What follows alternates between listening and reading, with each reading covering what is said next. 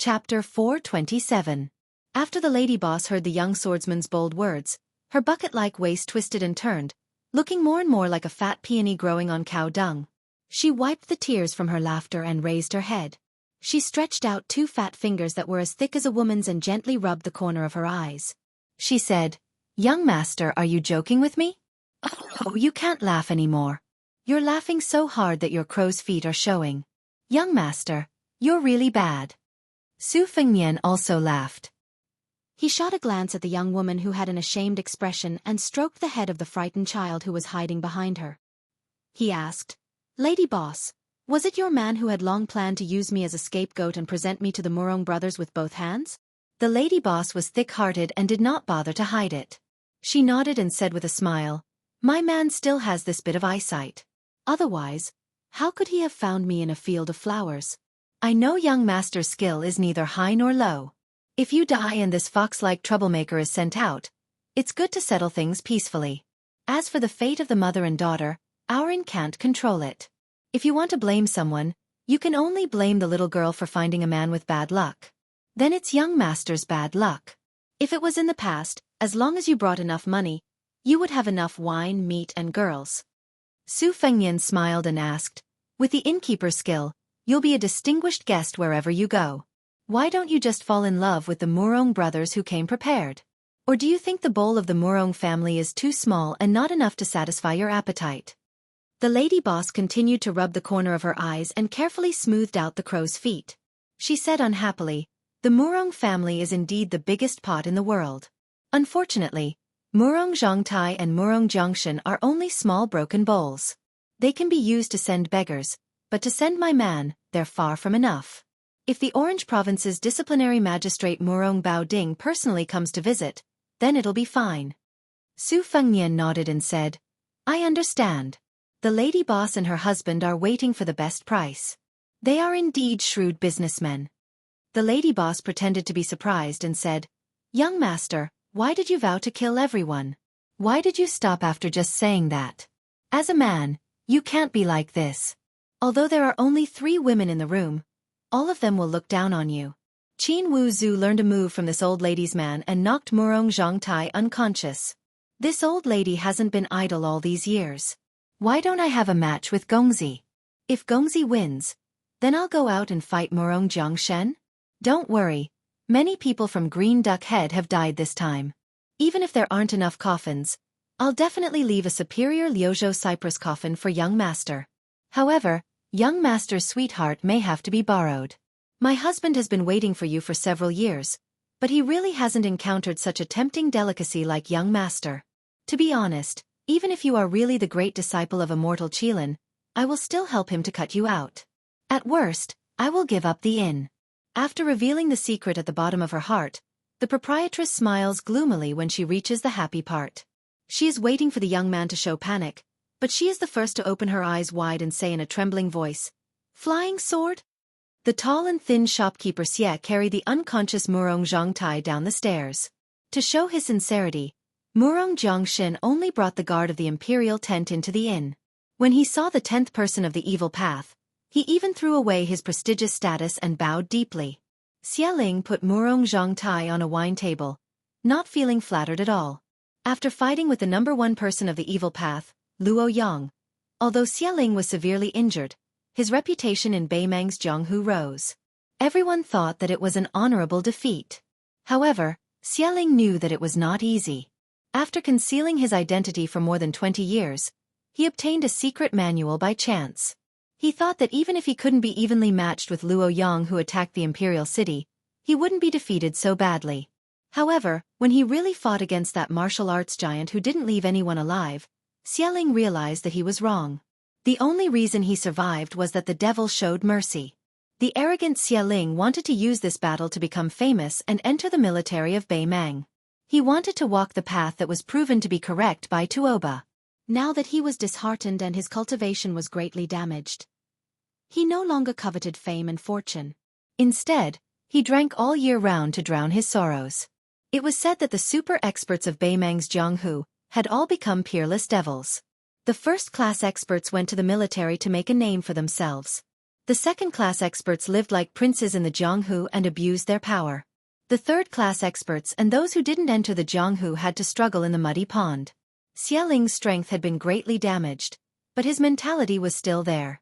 Since he knew that the so-called Devil's Path was nothing more than a facade, he didn't want to go to the Beimang army and make a fool of himself. Moreover, from the beginning, his goal had been the two capitals' royal courts. What kind of thing did the little Murong clan disciples count for? Did they have the qualifications to order him around? It's just that although he looked down on them, he still had to pay attention to some rules. Jianghu, the military, and the government each minded their own business. If Jianghu people burned, killed, and plundered in Jianghu, the Beimang Imperial Court would never get involved. But if Xialing was in charge of the Duckhead Green Inn, he would suffer a calamity. With Xialing overseeing the Duckhead Green Inn, the Duckhead Green Inn would not stop them. But if the Murong brothers wanted to kidnap Tao Chenji's widow, the Duckhead Green Inn would not stop them. But if they wanted to kill two birds with one stone, not only they wanted the young woman's beauty, they also wanted Xialing to come out and add flowers to the brocade. It was inconvenient for Xialing to make things clear, so he let his wife play the bad guy and push the young man with the saber out of the inn and put him to death. It was just to give both sides a way out of the situation. His meaning couldn't be more obvious. You brothers killed people and tore down the inn. I, Xialing, took into account that you are a relative of the imperial family and did not pay any attention to you. But the orphan and the widow were taken out of the inn. The inn drew a clear line with you. If you still dare to take an inch and want a mile, before I, Xialing, became famous, my hands were actually stained with blood.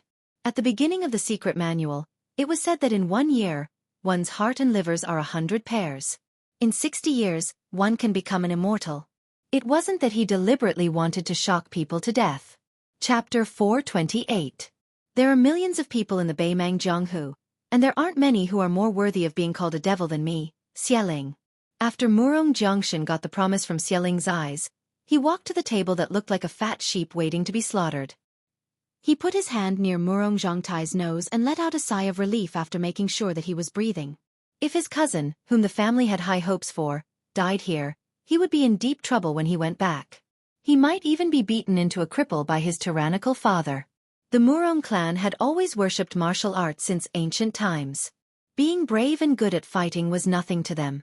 Only a talented scholar like his cousin Murong Zhangtai could stand out in the imperial court. The emperor was very happy to see Murong Zhangtai standing out in the imperial court with his true talent.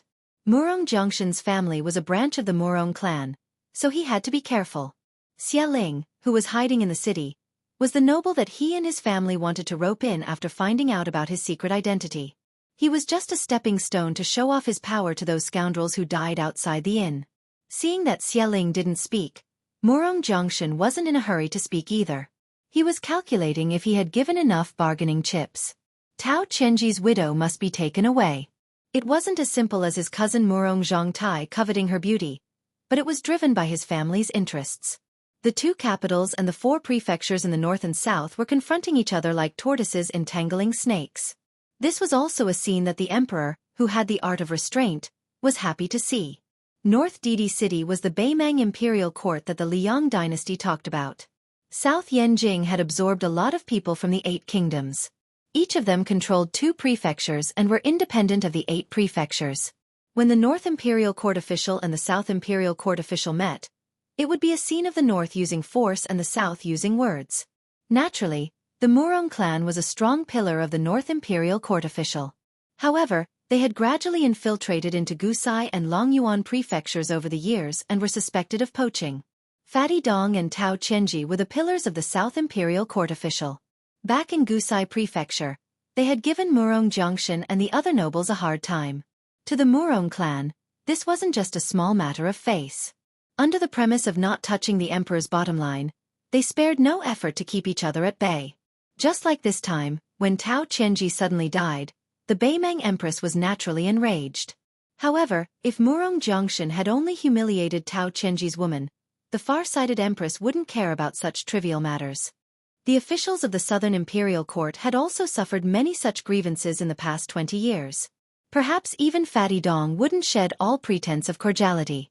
This kind of imperceptible and extremely disgusting act of slandering the morale of the Southern Imperial Court was something that the Murong clan's descendants could easily do. After the matter was settled, the imperial city would receive a large number of cheers and applause, and the elders of the clan would also feel proud. As for Tao Chenji's delicate and tender wife, after cousin got tired of playing with her, she would definitely be passed around the circle of nobles in the imperial city. It was inevitable that she would be reduced to a broken shoe that everyone would step on and wear. Cousin would also be able to take advantage of this situation to take a step closer to the core of the circle. After all, in the imperial city, it wasn't difficult to buy a beautiful woman with money. However, if it was the wife of a Chong regent, then it would be rare. Both sides had their own plans. Murong Jiangshan wanted to snatch a woman to pave the way for the imperial city. If he couldn't get this unsmiling demonic hero to help him, then it wouldn't matter. When he returned to the clan, he would ask the elders to pay him a visit. He didn't believe that there would be a man who wasn't interested in a high position and a beautiful woman. As for Xie Ling, he couldn't figure out the identity of that swordsman. If he died, then everyone would be happy. If he didn't die, then Xie Ling would secretly silence him. A pair of exquisite heart and liver was the greatest tonic to him. It was better than 100 pairs of vulgar hearts and livers. Just like what his wife had said upstairs, this kind of tonic was 1,000,000 times more precious than bird's nest and shark's fin.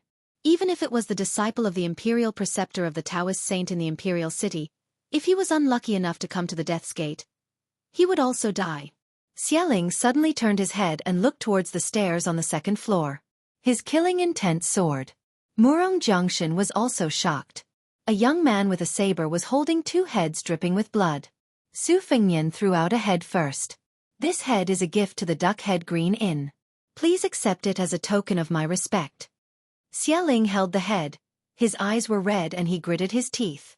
Su Fengnian threw the other head to Murong Jiangshan, who had gone through a lot of trouble, and said calmly, "This one is for the Beimang Murong clan, please accept it." Murong Jiangshan didn't take the head and let it roll beside his feet. His face was gloomy and terrifying. The devil Xie Ling hugged the head and put it on his chest. He raised his head and let out an ear-piercing roar. The beams of the room trembled and dust fell. Su Fengnian said calmly, "Although the 2 women were courting death, the one with the bigger head was the one with the bigger head. But compared to them, their deaths were more aggrieved. They were probably still wondering how they died when I chopped off their heads. As for the one beside Murong Jiangshan's feet, she died in vain. After knowing that even if she walked out of the inn alive, her life would be worse than death, she used her own life to exchange for a life. That's all. What do you want to say? Do you want to die too?" Murong Jiangshan didn't even need to give the order, as the bloodthirsty pawn had already leaped into the sky, bent its body and smashed towards the arrogant boy. Xie Ling didn't even look at the battlefield. His eyes were filled with tears. He lowered his head and kissed his wife's forehead. Then he wiped the tears from her eyes. She once said, "Hey, old ghost, so be it if you lose. It's not shameful to lose to Luoyang. Why don't we farm and raise chickens and ducks? Isn't it good to die together?" He didn't agree, saying that he wanted to fight Luoyang to the death again. These years, he had been crazily killing people, stealing hearts and eating livers. He didn't look like a human anymore, but she never despised him. She thought that she wouldn't be able to defeat Luoyang in this lifetime and would die with everlasting regret. "Why did you die first?" She said that if there really came a day when he was just a hair away from defeating that high and mighty Luoyang, then he would peel open her chest and eat her heart and liver. Xie Ling's tears turned into tears of blood. Chapter 429. The paladin's fists exploded like thunder in front of Su Fengnian's chest. The horse gang leader at the border had used a long time to cut open the mirage with his Xianhua hatchet, but it was unexpectedly broken by this imperial attendant in a flash. He was originally surprised that this young machete man could leak his chi, but he did not expect that he would succeed in one blow. It was just a show. The paladin suddenly stretched his body in the air like an ape's arm and increased his strength to smash Su Fengnian's chest. He was determined to kill this reckless fledgling on the spot. Su Fengnian bent his body like a drawn bow. His head and feet did not move, and he used the depression of his chest and back to resist the tide-like punch. In a flash, his right hand pressed on the paladin's head and was about to smash it. The paladin sensed that something was wrong. This young man was really ruthless. They had just started fighting, and he wanted to destroy both jade and common stone. He used the method of killing 1,000 enemies at the cost of 800 of his own men. The paladin retracted his head and leaned back. He kicked out with both legs, but they were blocked by Su Fengnian's left arm. The paladin took advantage of the momentum to bounce back. His body stuck to the wall, and his hands hooked into the wooden planks like claws. When he was about to make a second counterattack, he felt a sharp pain in his heart. He looked down and was shocked. His heart had been pierced by a sharp hidden weapon. This young man clearly did not pull out his saber. The paladin did not realize it at the first moment because Su Fengnian's trick was really insidious and unheard of. First, he put on a fledgling posture to fight the paladin's fists and feet, and then he took out the sharpest and smallest of the 12 flying swords, the swan and quietly placed it 1 foot behind the paladin. The sword was sparkling and translucent, and its murderous aura was restrained to the extreme. If the Xianlei was said to be full of murderous aura after it was forged, like a swordsman who killed people from 1,000 miles away, the longest flying sword, the Tai was like a bull carrying a cauldron. The swan and was too unremarkable. It was as simple as a baby. Even if it was placed in front of the eyes, if ordinary people did not pay attention, they could only see a blurry mirror image, like a small piece of rippling water. When the paladin missed its attack and retreated, Su Fengnian only needed to slightly shift the Tai's position and aim it at the paladin's heart. As if the paladin was seeking its own death, the paladin's heart was pierced by the Tai without any suspense. Unless one had an invincible body, it would be difficult to escape death. When experts fought to the death, how could it be as poetic and picturesque as described by the storytellers and the chronicles of wandering heroes? It had always been about who was superior and who was inferior. If they were not evenly matched, who would be willing to fight for 300 rounds? Murong Jiangshan, who was watching the battle, did not even know what had happened. In his eyes, the invincible paladin in the battlefield died an unnatural death as soon as it retreated. Its corpse fell to the bottom of the stairs, covering its chest that was bleeding like a fountain. The chi of the swan and flying sword remained in its body, hindering the paladin's futile attempt to recover its chi. It could be said that after the swan and cut, although it only created a narrow gap, it was like the end of the world, separated by yin and yang. This was also the meaning of the flying sword's name Swan and Murong Jiangshan did not know what had happened, but when he saw the head of Tao Chenji's widow, his anger was mixed with a hint of fear. Being able to kill an imperial attendant with a flick of a finger, and being so young, could it be that he was a direct disciple of a prestigious school like the Chess and Sword Music School? It was said that Fatty Dong had a good relationship with the Chess and Sword Music School, one of the top 5 schools in Beimang. The daughter of the master of the Chess and Sword Music School was also ruined by Fatty Dong. What's done cannot be undone. Even if the master of the Chess and Sword Music School was a hero of Jianghu, he had to hold his nose and acquiesce to the marriage of his daughter to this damned Fatty as a concubine. But would Fatty Dong, who was the best at weighing the pros and cons, really dare to offend the Murong family? Su Fengnian walked down the stairs and sneered, "Murong Zhangtai, don't pretend to be asleep, or else shopkeeper Xie will dig out your heart and liver and use it as a tonic." Murong Zhangtai, who was lying on the table, still did not move. Xie Ling walked over and put the lady boss's head on the table. Then, with his 5 fingers like hooks, he fished out the heart of the handsome Murong family disciple, whose acupoints were sealed when he was carried down the stairs, and put it into his mouth to chew. Murong Jiangshan was scared out of his wits. He was furious. Xie Ling dares to harm my Murong family disciple? Xie Ling's eyes were red, and his mouth was full of blood. He held the heart and liver in his hand and chewed it while looking at Murong Jiangshan, whose scalp was about to explode.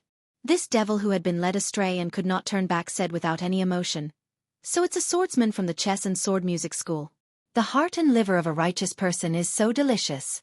Don't look at the same kind of heart and liver, but after eating a lot of them, you will know that each person has a different taste. Some people are like fat geese, greasy and nauseating, but not very beneficial. Some are like flying snakes and turtles, and some are slightly poisonous, but can cure diseases. Some are like crab meat, which is even more delicious after being frosted. They are already top grade, and can heal broken bones, just like the one in my hand. As for the young master with the sword, he has phoenix marrow and dragon liver, which can only be found by chance. Xie Ling, never look at a person's face, but only at his heart and liver." Everyone in the Duckhead Green Inn knew that innkeeper Xie was a taciturn good person, and a sickly person. He was always amiable when dealing with people. However, they did not know that his good temper was cultivated by his heart and liver. Xie Ling said a lot for the first time. ignoring the timid Murong Jiangshan. He turned to Su Fengnian and said, "Since you know how to raise and ride a sword, you must have a good background. These two Murong people might not be as good as you. Why didn't you leave the sect later? You should at least wait until you reach the Vajra realm. You killed someone, but you didn't run away. Obviously, you saw that I was seriously injured, and you think you can be bullied by dogs? Later, I will use my fingers to peel open your chest, and I guarantee that you will live to see your own heart beating. I will eat your heart and liver very carefully and slowly. Because of the severe pain, your qi will concentrate on your heart and liver, and the taste of your heart and liver will be better."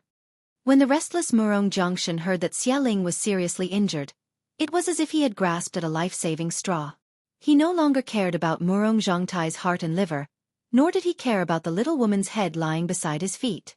He quickly turned to Su Fengnian and said with utmost sincerity, "Young master, how about you and I work together to deal with this demon that everyone wants to kill? My Murong clan will definitely thank young master."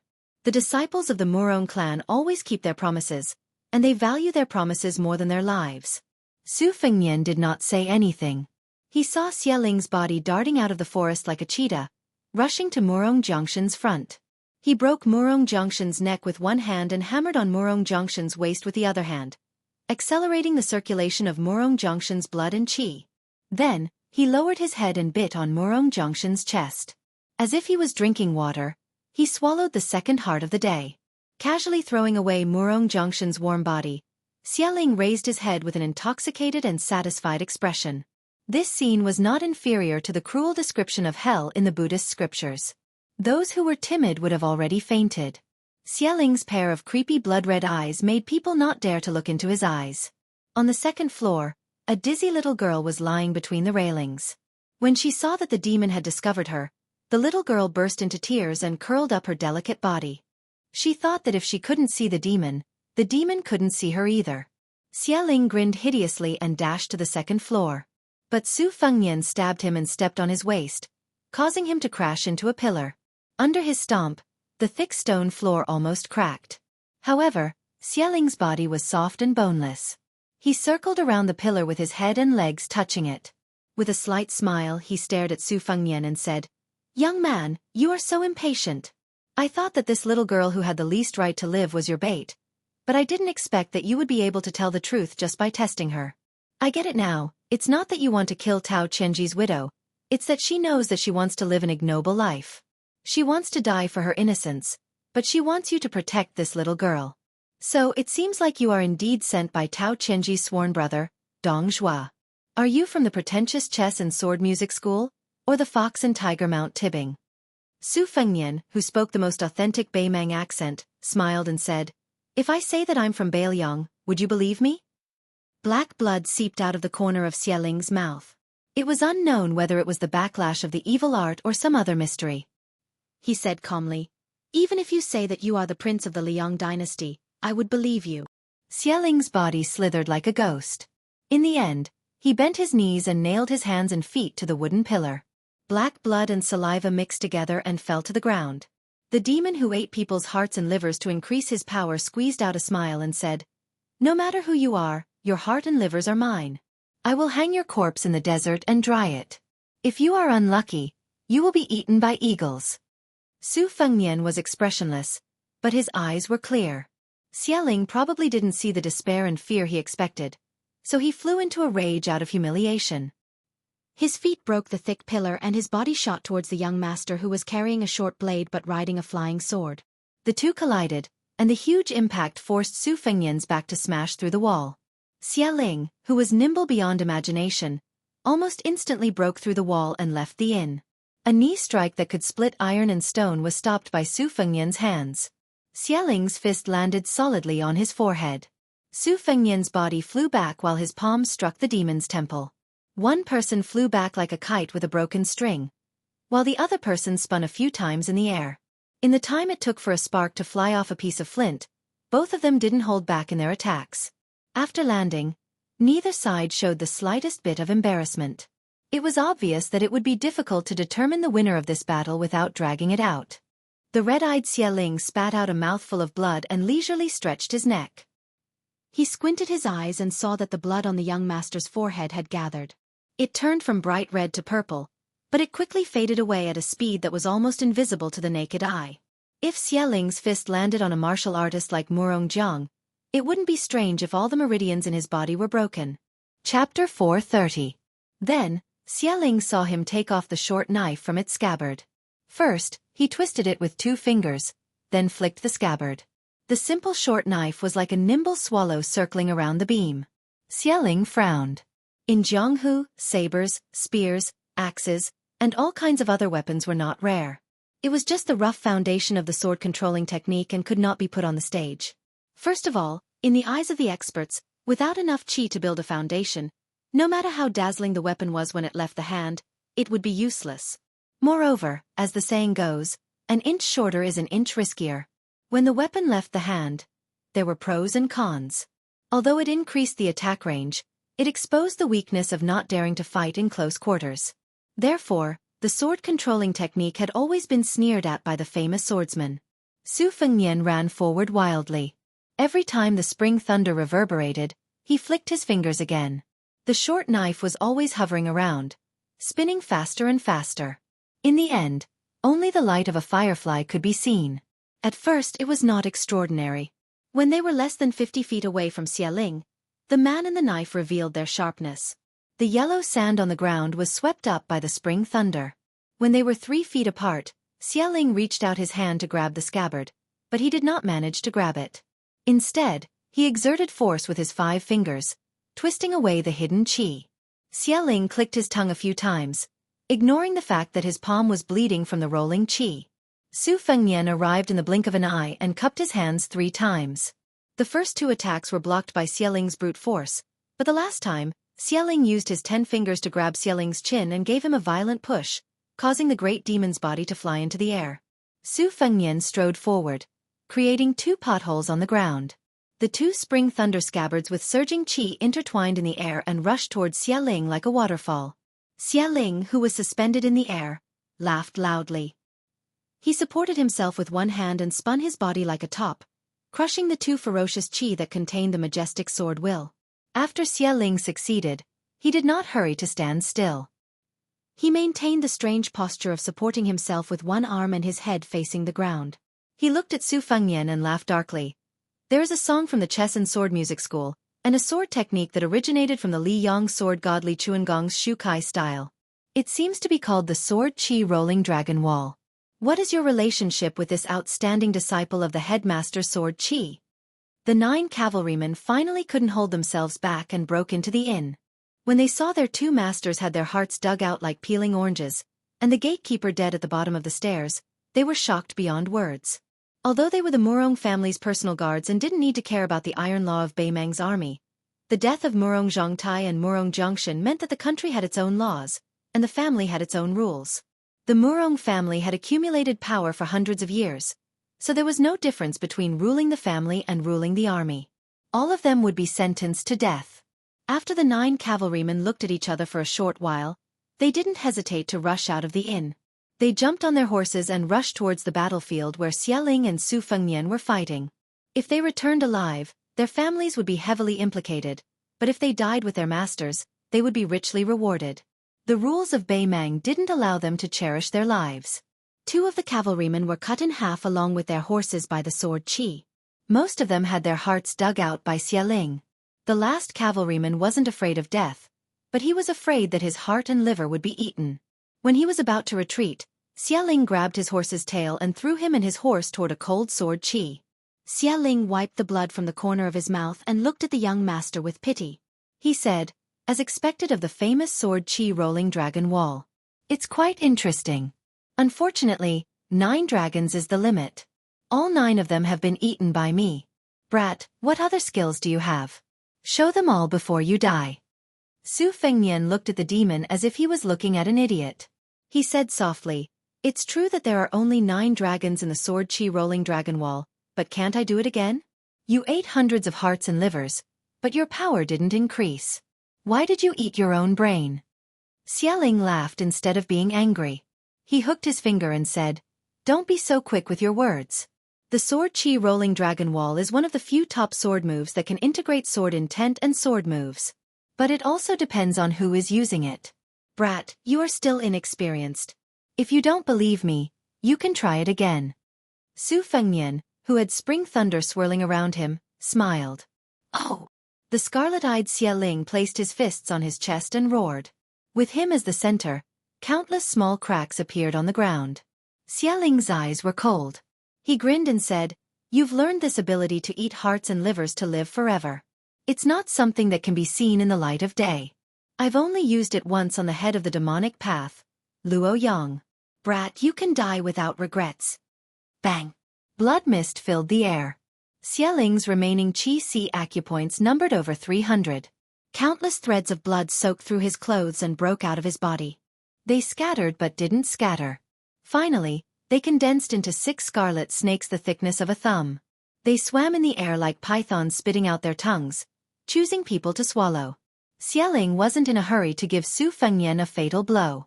Instead, he continuously stepped on the corpses outside the inn. Every time blood splattered, the 6 snakes would gather together. The snakes gradually grew from the thickness of a thumb to the size of a woman's wrist. When Xie Ling stood on a badly mutilated corpse of a cavalry, the great demon with 6 red snakes coiled around his body spread out his arms. He bent his knees slightly and let out a roar towards the sky. It contained endless grief and hatred. Luo Yang. In Xie Ling's life, in order to reach the peak of the martial path, he didn't hesitate to walk on this narrow path that everyone despised. He had originally vaguely seen the hope of going to the top of the mountain to look at the magnificent world, but he was forcefully knocked down from the finger-profound realm by Luo Yang, who was 100 times more powerful than him. Luo Yang was so high and mighty. Xie Ling hated Luo Yang to the bone. He hated this idiot who said that he was delusional and wanted to devour an elephant. Xie Ling could tolerate losing to a young master who was already above tens of thousands of people, but he couldn't tolerate this young man's disdainful gaze and light tone. The most delicious set of heart and liver under the heavens is none other than Luo Yang's. Xie Ling looked back at the inn, tears of blood flowing down his face. How many women in the world who smiled sweetly and spoke words of love from the bottom of their hearts were really willing to give up their hearts for their loved ones? Chapter 431. Su Fengnian was dressed in black and white. Although his clothes were badly damaged from the long journey and the battle, he still looked charming as he stood there quietly.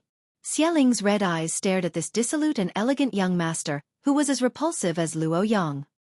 He said stiffly, "Any last words?" Su Fengnian hung the spring thunder on his waist and shook his head with a smile. Xie Ling dashed forward, and wherever he went, the wind and sand billowed. Su Fengnian closed his eyes and took a deep breath. His breath was bottomless like a dragon drinking water. The second last realm of the Big Yellow Palace was the Qi Si. This was the real mystery of being undefeatable as the Golden Buddha. The two collided. Su Fengnian's feet were rooted to the ground and he slid backward in the yellow sand, but he never left the ground. The 6 blood-red snakes were like whips hitting a mirage. The two opposing vital qis clashed and burned, and the smoke was filled with a pungent smell of blood. The blood snakes couldn't get close to him for the time being. Xie Ling's punches and kicks were unrestrained and powerful. Every time Su Fengnian couldn't resist with his strength, he would be sent flying for more than 10 feet. Xie Ling didn't give Su Fengnian any chance to catch his breath.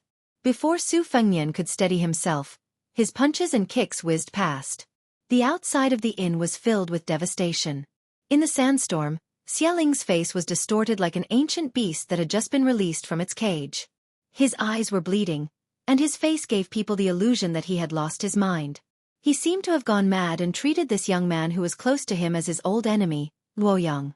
He roared, "Outside Xuanda City, more than 1,000 people have died in your hands. Participants, bystanders, innocent people, as long as you can see, they were all killed by you. What a bloody river.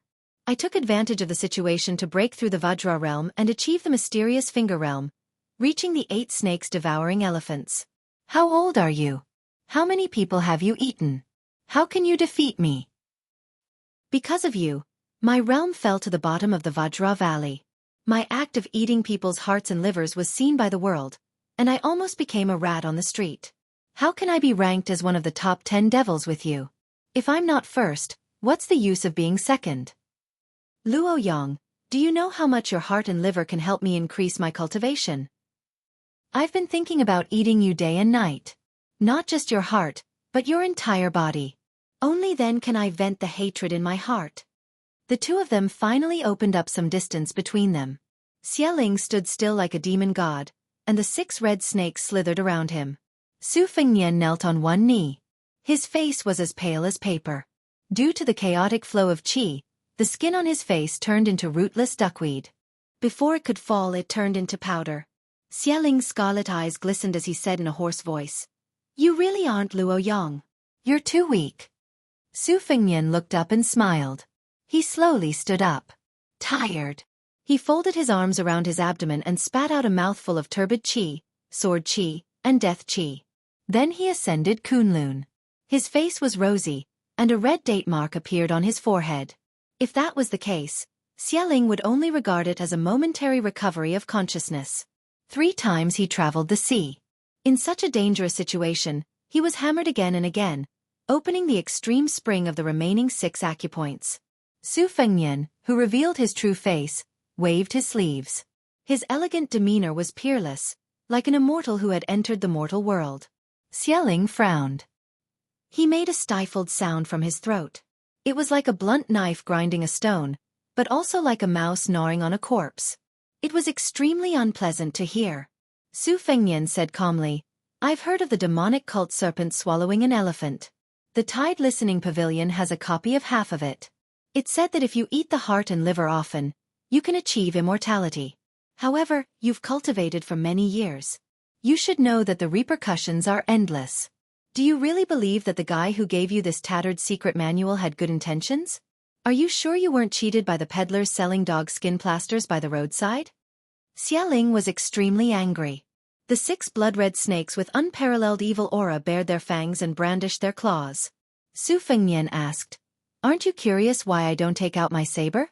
Do you think that I'm as F***king crazy as you?" Su Fengnian took out his spring thunder saber and threw it high into the air. Xialing was shocked. Su Fengnian was exactly the same as Xialing's previous rampage. He used the momentum he accumulated to reach the peak to kill Xialing, as if he wanted to destroy both jade and common stone. After reaching the Vajra realm, Xialing, who had almost never fought with someone of the same realm, was extremely cautious. His cultivation was profound. In terms of killing methods and strategies, it was actually far less frightening than his eating of the heart and liver. However, this brat was born ferocious. He was only a fledgling in the Vajra realm. Xialing didn't believe that he would die here. The imposing young man with the saber suddenly retreated. He didn't care about the stagnation and injury caused by the reverse flow of qi. This young man, who had faced Xialing's treacherous technique countless times, appeared to have a firm will. He stared at the direction behind Xialing with his eyes wide open. He said in shock, "Luo Yang."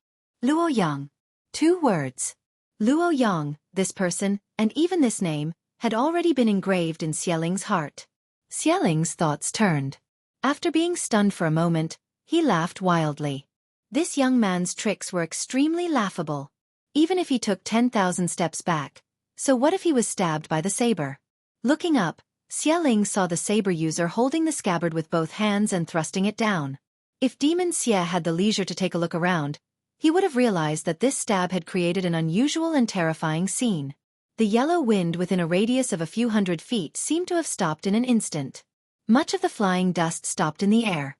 The stillness and movement caused a sudden disturbance between heaven and earth. Following an invisible arc, all the qi flowing on the ground flowed backward like a boat going against the current and gathered at the tip of the scabbard of the spring thunder saber.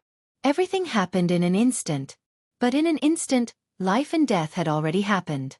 Other than Xuanda City, Xialing, who felt a calamity for the first time in his life, raised his fists above his head and roared. Other than his voice, blood also gushed out. It was hard to say if it was a saber or a sword. The scabbard of the spring thunder saber stabbed down. Through the 6 coiling blood snakes, through the vigorous astral wind, through his fists, and through the top of Demon Xialing's head. The earth-shaking storm exploded and spread to the Duckhead Green Inn. The entire inn, which was sturdy enough to block the storm, shook incessantly. Su Fengnian used the unsheathed spring thunder to nail the great demon's head to the ground. He spat out a mouthful of blood and hurriedly took out a jade-green flying sword bamboo horse from his sleeve. He sat down cross-legged and nurtured the sword. As he fed the sword he cursed, I secretly learned a sword that can make immortals kneel. Are you going to King kneel or not? Chapter 432. Those who were able to leave behind an intact corpse outside the Duckhead Green Inn could be considered lucky. Broken limbs and bones were everywhere as far as the eye could see. Some of them were even more miserable as they were trampled into meat paste by the devil Xieling. Su Fengnian sat on the ground and fed his flying sword bamboo horse before putting it back into his sleeve. He then turned his head to look at the devil path's ambitious and ruthless person, who was still considered complete except for the head. When Xieling arrogantly asked if he had any last words, His Royal Highness originally wanted to say that he was lucky enough to survive and bury Xieling and his wife in the same coffin. However, he was afraid that the devil path would be alerted and think highly of him, so he swallowed those words. Naturally, he loathed Xieling for his age and heart, but he didn't hate him. In the Jianghu, if one wanted to stand out, they had to have their own ways. This was especially so for someone like Xieling who didn't have a top-notch sect to rely on. It was especially so for someone like Xieling who didn't have a top-notch sect to rely on. If he wasn't careful, he would die prematurely like many fledgling. However, if he wasn't careful, he would die prematurely. If he wasn't careful, he would die prematurely like many fledgling. However, if he wasn't careful, he would die prematurely. If he wasn't careful, he would die prematurely like many fledgling. But if he wasn't careful, he would die prematurely. However, if he didn't verify from the lady boss that Xieling had indeed fallen to the Vajra realm, he wouldn't hesitate to start a life of escape. However, after this fierce battle, while Su Fengnian was secretly glad that he survived, he also felt that it wasn't worth it for Xieling. He was a top-notch expert who had once reached the finger-profound realm, but his state of mind was extremely poor and didn't match his strength in the martial realm. After losing to the famous Luo Yang, he was like a woman who had been bullied and would cry out in pain whenever someone mentioned it. Su Fengnian thought that he should fight less and at least learn from the rascals in the marketplace. If he could win, he would act like a big shot. If he couldn't win, he could just run away. At worst, he could shout that he would be a hero again after 18 years. Su Fengnian glanced at the spring thunder that was still stuck in Xieling's head. Back then, Old Man Li, who wore a sheepskin coat, used an umbrella as a sword in the rain and used a sword to make the immortal kneel to break the red armor of the talisman general. Su Fengnian sighed. How many people in the world could be like Li Chungang and return to the immortal sword realm after a disastrous fall? Li Chungang, who killed 2,600 people with a single sword, was the only one in the vast Jianghu, and there were more than 1 million people. Su Fengnian narrowed his phoenix eyes that were full of murderous intent after killing people. He looked at the tanned waiter, the soldier of the Qin dynasty, who was slowly walking out of the inn. He was not smart at all. He left the cellar where the crafty rabbit had 3 burrows. But he was also smart enough to blackmail the pitiful child who was lucky enough to survive. At that time, in the guest room on the 2nd floor, he deliberately took out his flying sword to attract the attention of the lady boss and then cut off her head with a knife. After that, he wanted to find this disciple of Xieling who was known as One Move Xian. Not to mention whether or not to kill him. He wanted to be cautious and confirm the whereabouts of the soldier of the Qin dynasty. However, he did not expect to find any trace of the boy on the 2nd floor. Su Fengnian put this matter aside for the time being. The widow of Tao Qianji was not chaste, but she was decisive. She probably thought that even if she lived in this world, she would not be able to escape from Su Fengnian's grasp. She did not have the extravagant hope of guarding her husband's coffin and safely escorting him back to his hometown. She begged Su Fengnian to save her young daughter, Tao Manwu. After that, she tearfully smiled and begged Su Fengnian not to let her daughter see this scene. Su Fengnian agreed. She closed her eyes and waited for death. Before she died, she did not curse the villain who killed her husband. Instead, she cursed Fatty Dong, who was sworn brothers with Tao Qianji. She wanted this young Beimang official who did not personally escort them to Lu City to die a horrible death. A woman's mind was really hard to guess. Su Fengnian slowly stood up and did not talk nonsense with the dark waiter. He said directly, "You want to live? Sure, I'm not like your evil master who eats people's hearts and livers. I don't kill innocent people. If you let her go, I'll let you go." Qin Wuzu's hands and feet trembled more and more. The little girl's tender neck was already blue and purple. After the young man unintentionally increased the strength, she had difficulty breathing and was almost dying. Qin Wuzu, whose face was full of tears, did not realize it. He saw with his own eyes in the hidden hole how Su Fengnian killed Zaipao in the blink of an eye. He knew that this handsome young man with a mask was far from being as gentle and humble as he looked. The young man was just like an injured young wolf. He stared at the young machete man standing beside the old drunkard's body and gritted his teeth. He asked, "Do you mean what you say?" Su Fengnian calmly asked, "Why don't you try to strangle her to death?" Qin Wuzu slightly loosened his grip and hesitated. There was blood and dead people inside and outside the inn. How many coffins had been used? The young man's heart was intertwined with unspeakable grief, anger, and fear.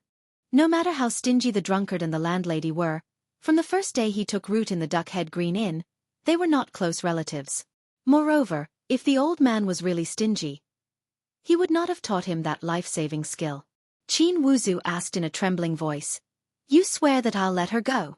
You can't kill me." The waiter hurriedly added, "You can't break my hands and feet. You can't let me live a life worse than death." Su Fengnian nodded. "I have a condition.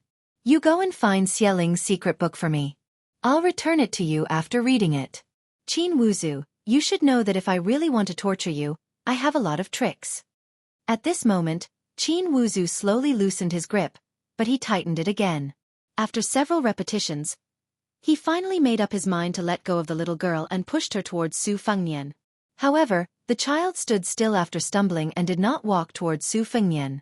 Qin Wuzu did not care about the child's thoughts and found a way out for himself. "I'll go and find it now. But the old drunkard and the landlady are very clever in hiding things. I need some time. You can't wait impatiently and kill your way into the inn." Su Fengnian waved his hand and Qin Wuzu ran into the inn. Su Fengnian went to the little girl called Tao Manwu. Seeing her, she was so scared that she fell to the ground and did not dare to cry out. Su Fengnian sat on the steps and quietly waited for the more than 30 light cavalry of the Murong family, who would definitely return to the Duckhead Green Inn later. In the end, he did not pull out the spring thunder. This kind of subtle benefit that only heaven knew, earth knew, he knew, and Li Chungang knew. It was not inferior to the extreme spring of enlightenment. Cultivating the 12 sword embryos was a devious way to prepare for a rainy day. Cultivating the knife intent was the right way to go. When the old man with the sheep fur coat entered celestial state, he closed his sword for many years and did not use it. That was why he created the majestic scene of the sword opening the divine gate. When people encountered injustice, they would cry out. This was called saying that one would not be happy if one did not speak up. Everyone could do it and there was no difficulty. But if one closed the sheath and did not use it, only when one was in a desperate situation could everything be cut down. This was the essence of cultivating the sword. One should know that Li Chungang once said that this old man was 30 years old and had achieved great success in closing the sword. He only felt that there were thousands of sword intents in his chest. When he opened his mouth, he could turn the world upside down. Chapter 433. How could Su Fengnian not yearn for it? He was a dignified prince with a hereditary title. Instead of enjoying the splendor and riches, he insisted on traveling alone through the northern Mang. Did he not have the thought of forcing himself into a desperate situation step by step to nurture a blade? Were it not for his extreme admiration for the old man wearing the sheepskin fur coat, at the top of Yanhui Pass city wall, facing the female devil Huang Baozhuang, who had spat out the pearls and insulted Li Chungang, Su Fengnian made a gesture of grasping the saber hilt, which was definitely asking for death. Unfortunately, this respect, even when he was about to part with the sloppy old man, he did not say it out loud. Su Fengnian took down the spring thunder and rested it on his chin. He mocked himself. Pretentious. At some point, the inferior horse had arrived at the courtyard of the inn that was no longer blocked by the city walls. It lowered its head in front of His Royal Highness and rubbed against its master. Su Fengnian reached out to stroke its mane. He laughed and scolded, "Brother, today's matter is all your fault. But it was a blessing in disguise. I didn't waste those few dozen taels of silver." Qin Wuzu clenched a yellowed ancient book. Behind the door, he was in a dilemma. In the end, he did not have the courage to use that move to take down this person who was even more terrifying than a demon. He obediently came to the bottom of the steps and presented the snake swallowing an elephant's secret manual with both hands. Su Fengnian quickly flipped through the pages. He did not raise his head. He asked, "Qin Wuzu, how are you going to deal with those girls who hid with you in the cellar, especially the one called Cherry?" Qin Wuzu's mind shook. He lowered his head and did not speak. Su Fengnian tore off half of the secret manual and put it in his pocket. He threw the first half to the swarthy youth. This half of the secret manual is to save them. Qin Wuzu accepted the secret tome that allowed the old drunkard to become the 10th person of Northern Mang's demonic path. His shrewdness could not conceal the wild joy in his eyes as he asked with reddened eyes, "If I kill a woman other than Sister Cherry, can the young master give me a few more pages?" Su Fengnian shook his head. "No." Qin Wuzu's eyes gradually hardened. The little girl called Tao Manwu seemed to have a keen intuition for people's aura. She was so scared that she took a few steps back. She was clearly scared of Su Fengnian, but she still hid behind him. In the second floor, when she noticed her mother's abnormality, she also chose to stand behind the unfamiliar Su Fengnian.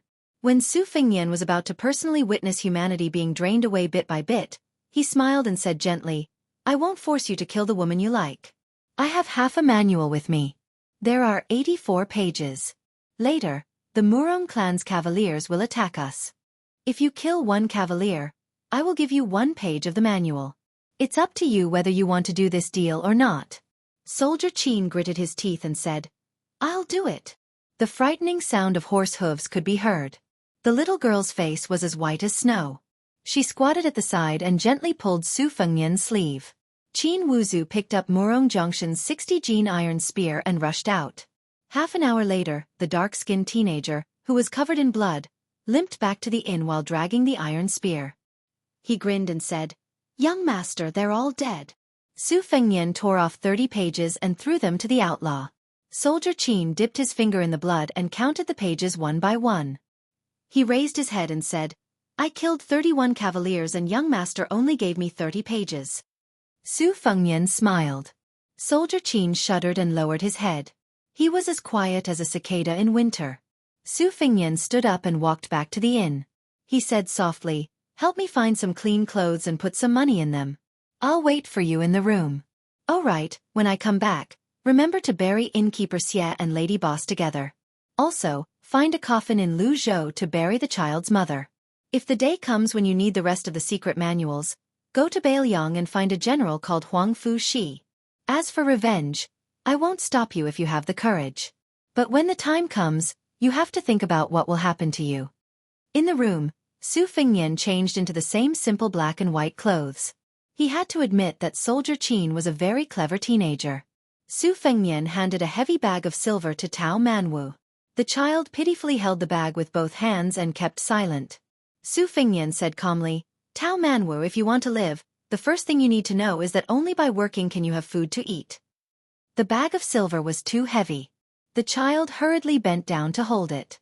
Then Tao Manwu, who had a very ungraceful name, suddenly cried out, "You're a bad person. I'll let Uncle Dong beat you." Soldier Qin, who was listening at the door, rolled his eyes. This little kid didn't know the difference between life and death. Wasn't he looking for death? "I haven't learned the secret manuals. I won't find trouble with this guy in my life." Su Fengnian was stunned for a moment. He stared at the child's lively eyes and said with a smile, "Okay, when I find a suitable time and place, I will send you to the place of Fatty Dong, who I have heard of before I met him."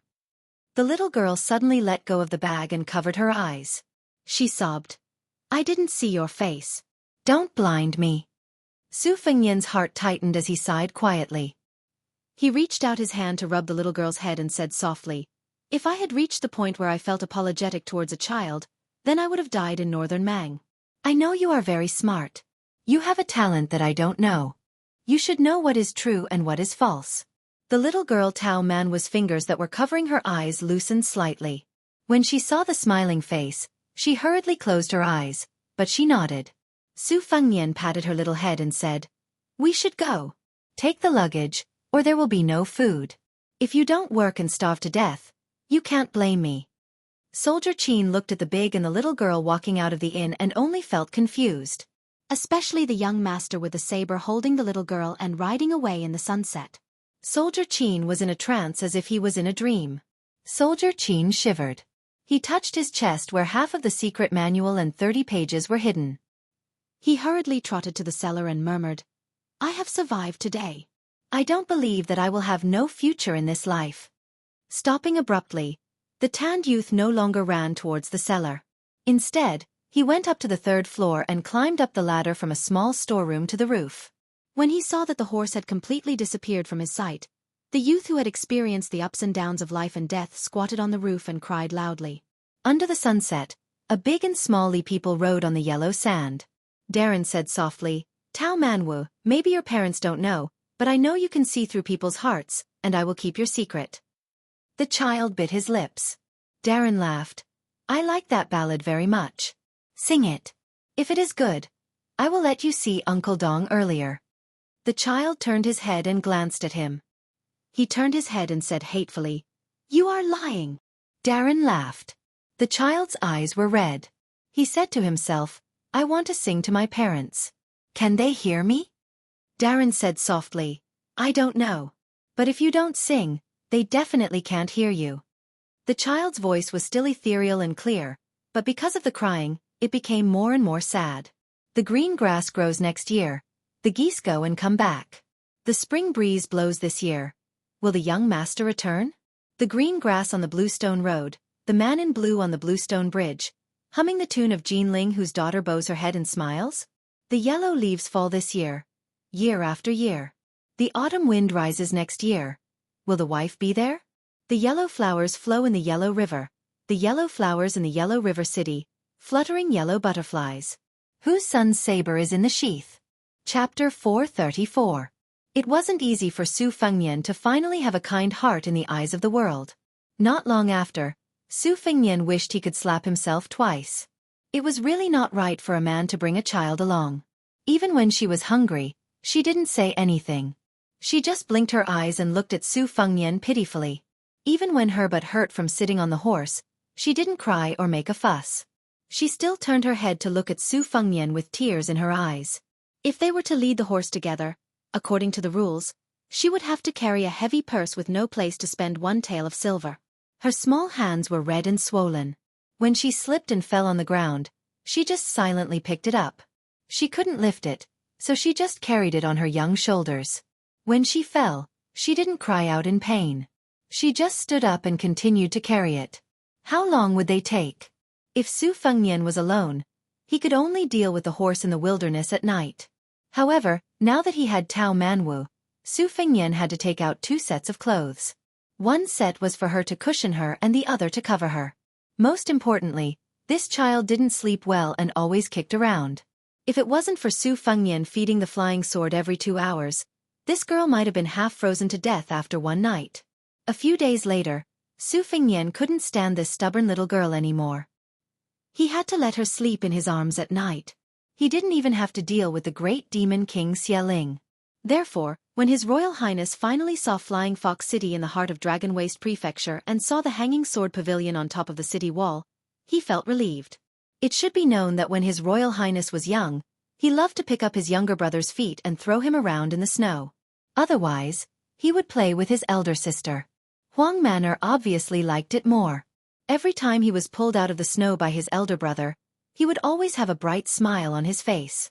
The 3 siblings never got tired of it. Only his second sister, Su Weisheng, stood alone in the distance and looked on coldly. She was precocious, so she probably disdained to play such childish games. However, she would occasionally have a snowball fight, provided that she fought with Su Fengnian against Su Longxiang and Su Jihu.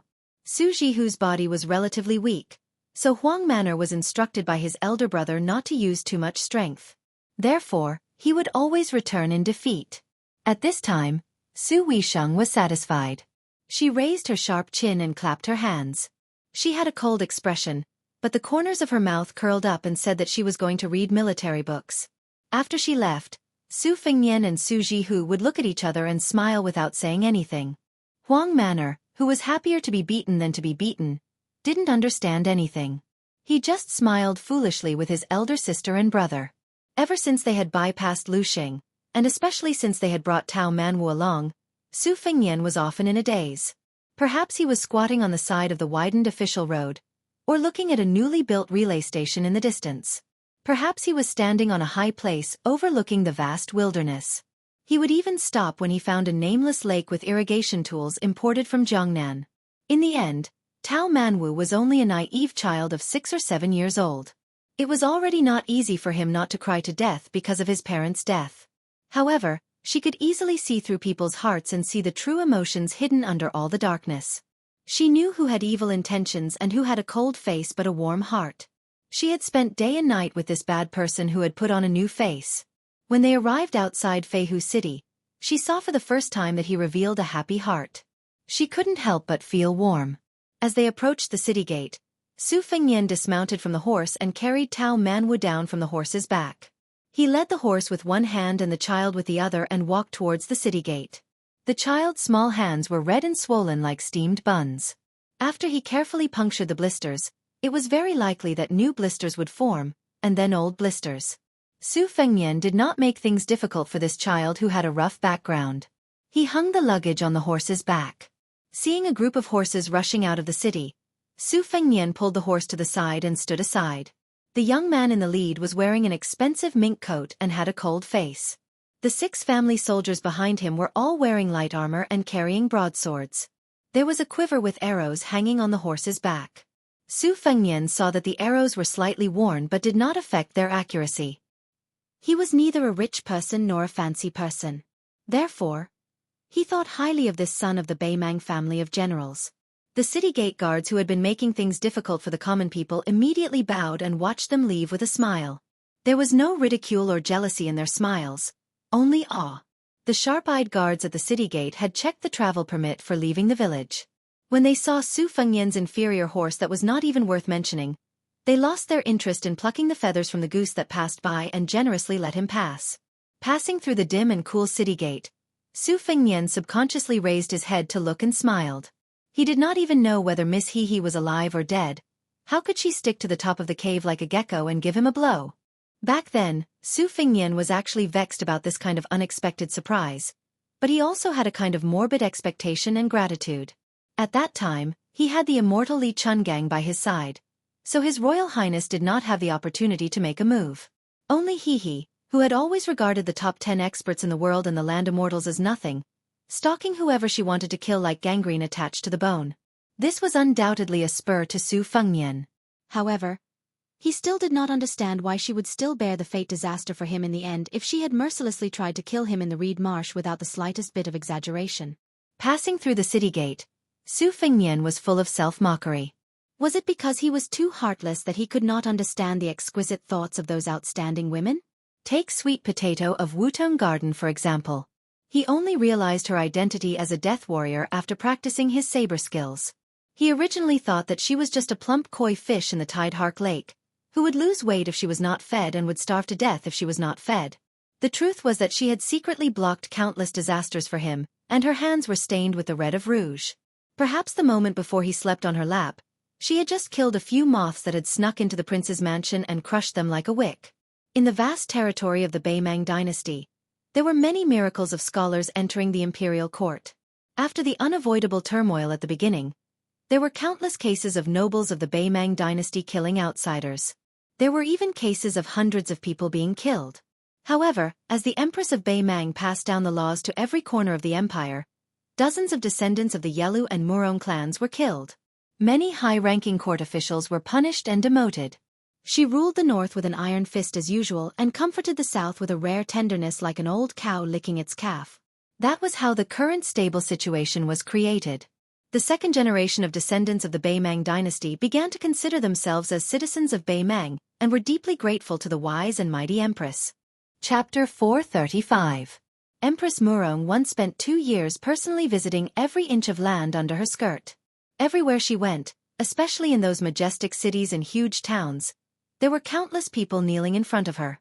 After the late Emperor Li Yong unified the spring and autumn period and the new emperor ascended the throne, did he ever go to the old 8 kingdoms? Did he ever come to Baelyang? Su Fengnian put away his luggage in the room.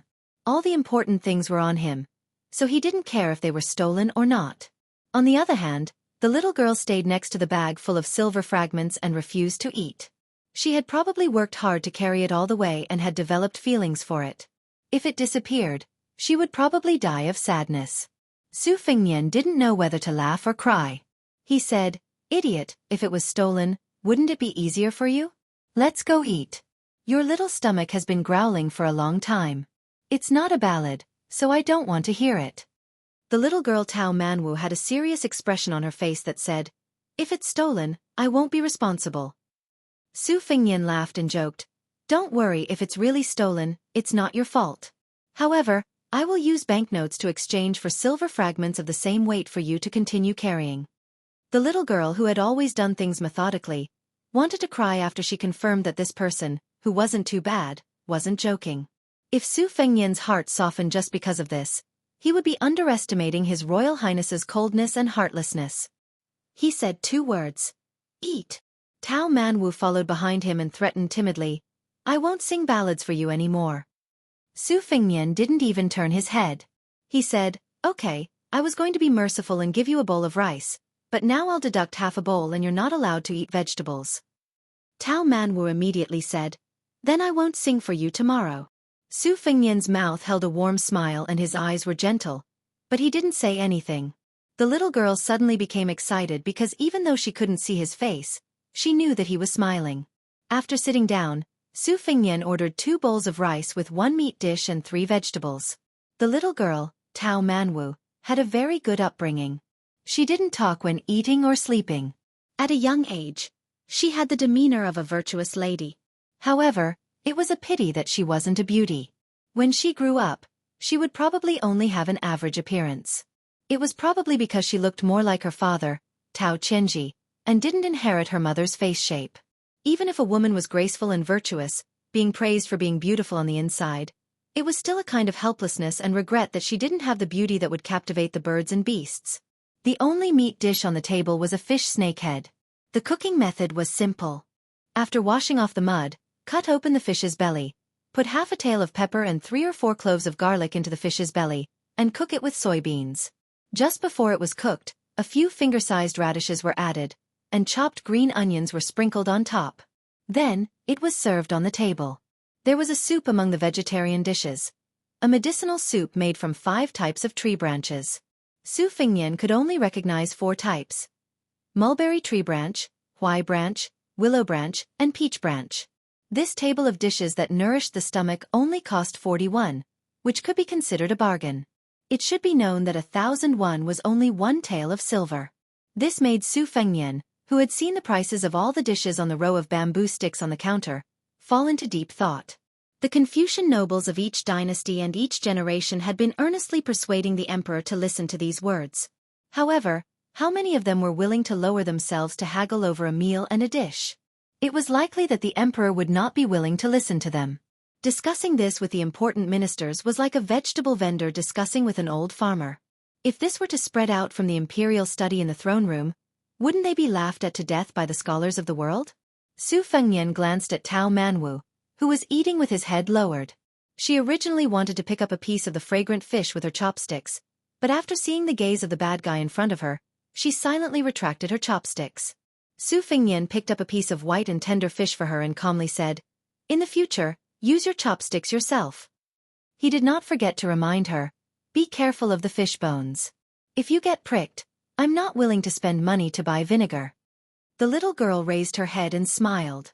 Su Fingyan smiled and said, "Peach, can't you have a little backbone? You were bought over by a piece of fish with a chopstick?"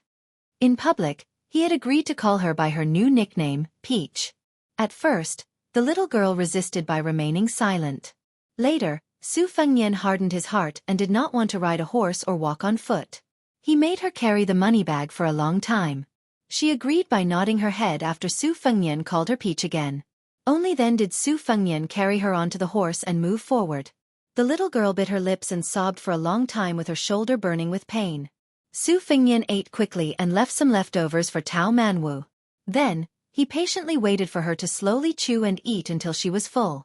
He leaned against the window railing and looked at the downtown area, counting the grain stores, cloth stores, and pawn shops. When the little girl finished all the food and said that it was done, Su Fengyan came back to his senses. He did not rush to get up and asked for a pot of tea from the waiter. This made the innkeeper, who was sitting behind the counter, beam with joy. A pot of tea was not very profitable, but looking at this young master's attitude, it was obvious that he would spend a lot of money on the inn. This was called, "Small Streams Flow Long." In small businesses, it was impossible to become rich overnight. What they relied on was these small windfalls. The waiter was familiar with the innkeeper's abacus and understood tacitly.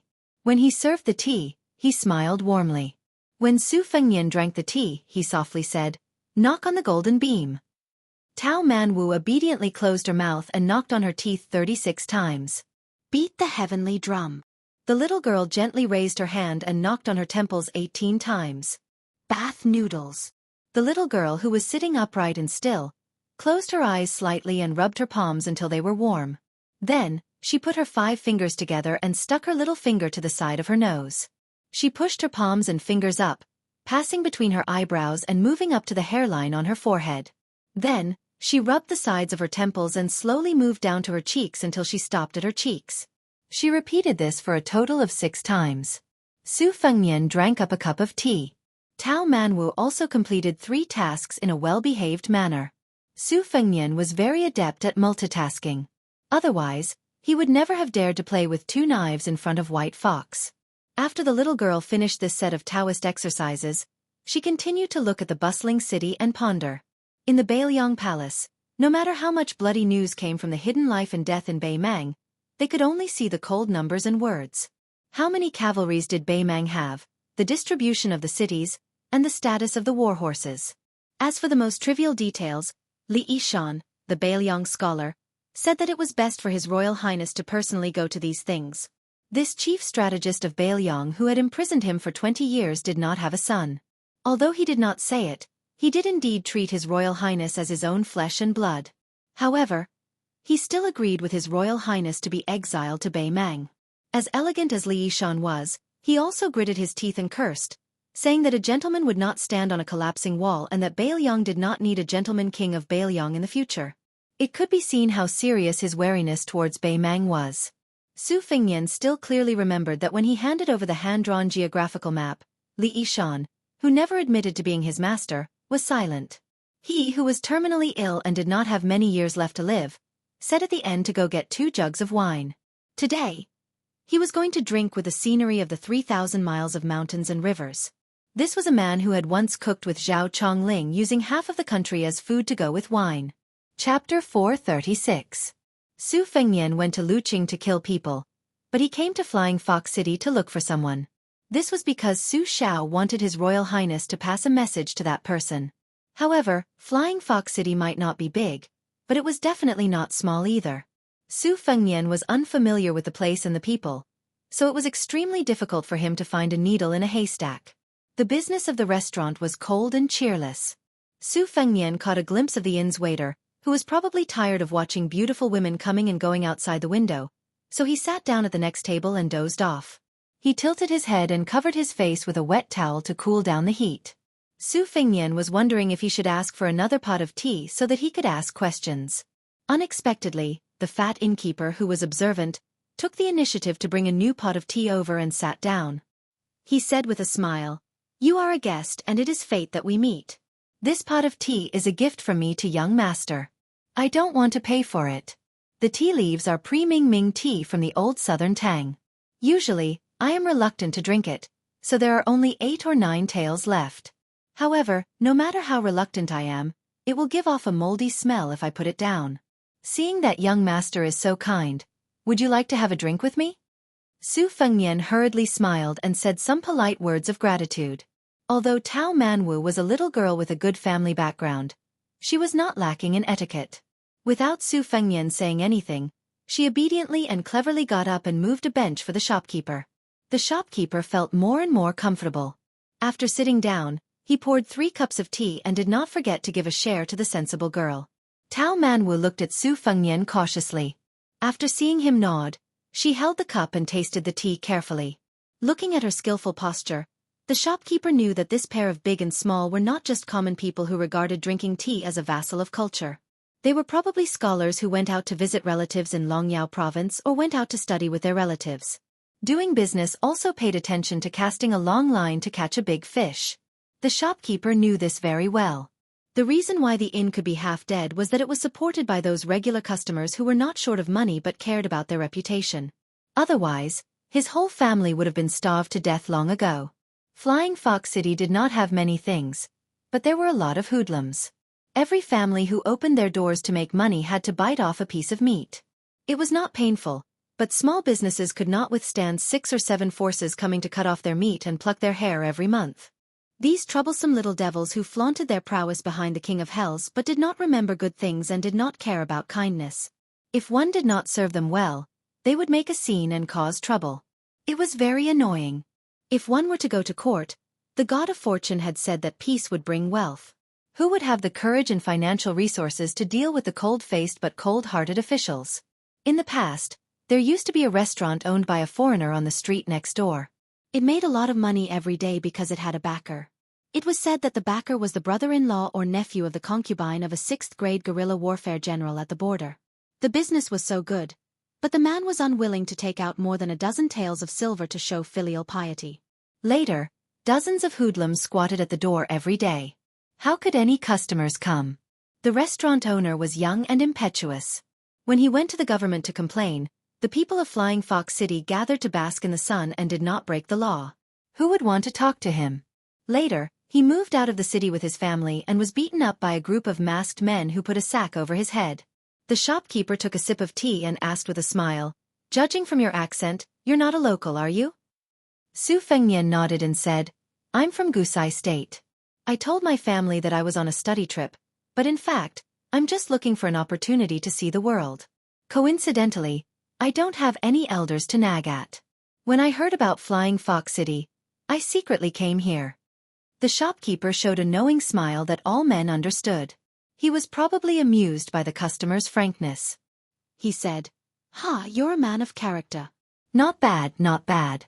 There are 4 strange things happening in our Flying Fox City, and one of them is that the bitch Flying Fox is very loyal to her friends. Her words are very crude, but they are the truth. If young master wants to go, I can recommend a few brothels. Jiangbo Brothel is undoubtedly the most famous one. You can easily get 100 taels of gold and silver for a night.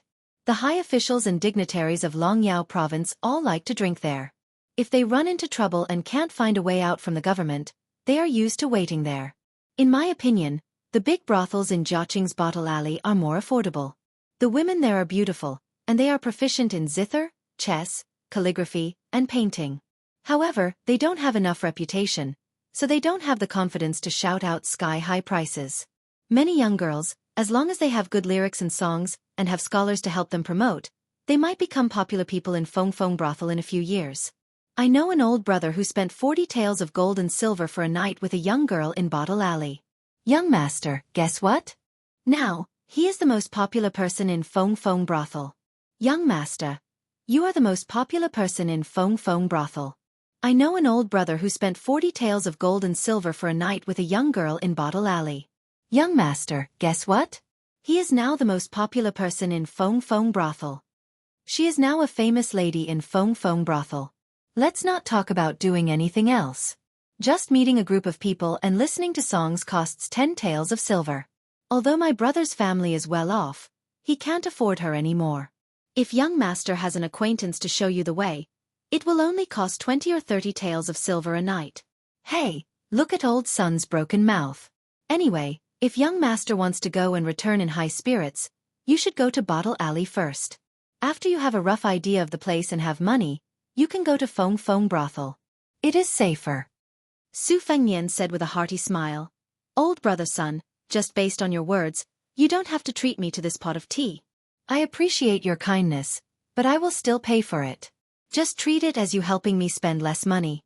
How much is it? Pay it." The shopkeeper didn't refuse politely. He raised his thumb and praised, "Young master, you are a kind person." Su Fengnian continued to ask, "Old brother son, don't call me young master. It sounds estranged. My surname is Su. Just call me Little Su. My family is in the porcelain business. You can say that we are both businessmen. I didn't dare to bring too much money on this trip. If I went to Feng Feng Brothel rashly because of its reputation, I would be in big trouble. It would be impossible for me to go to Eastern Jianzhou comfortably. By the way, you said that there were 4 strange things in Flying Fox City. What are the other 3? Chapter 437. Shopkeeper's son didn't keep him in suspense. He said, Other than the fact that we have a unique environment that nurtures different people, the women in the city are born with good potential. If you enter the city through the main entrance, you'll see a sword pavilion. I heard that every double ninth festival, you can hear the sound of hundreds of swords clanging together. It's just that common people like us can't go to the top of the city wall, so I don't know if it's true or not.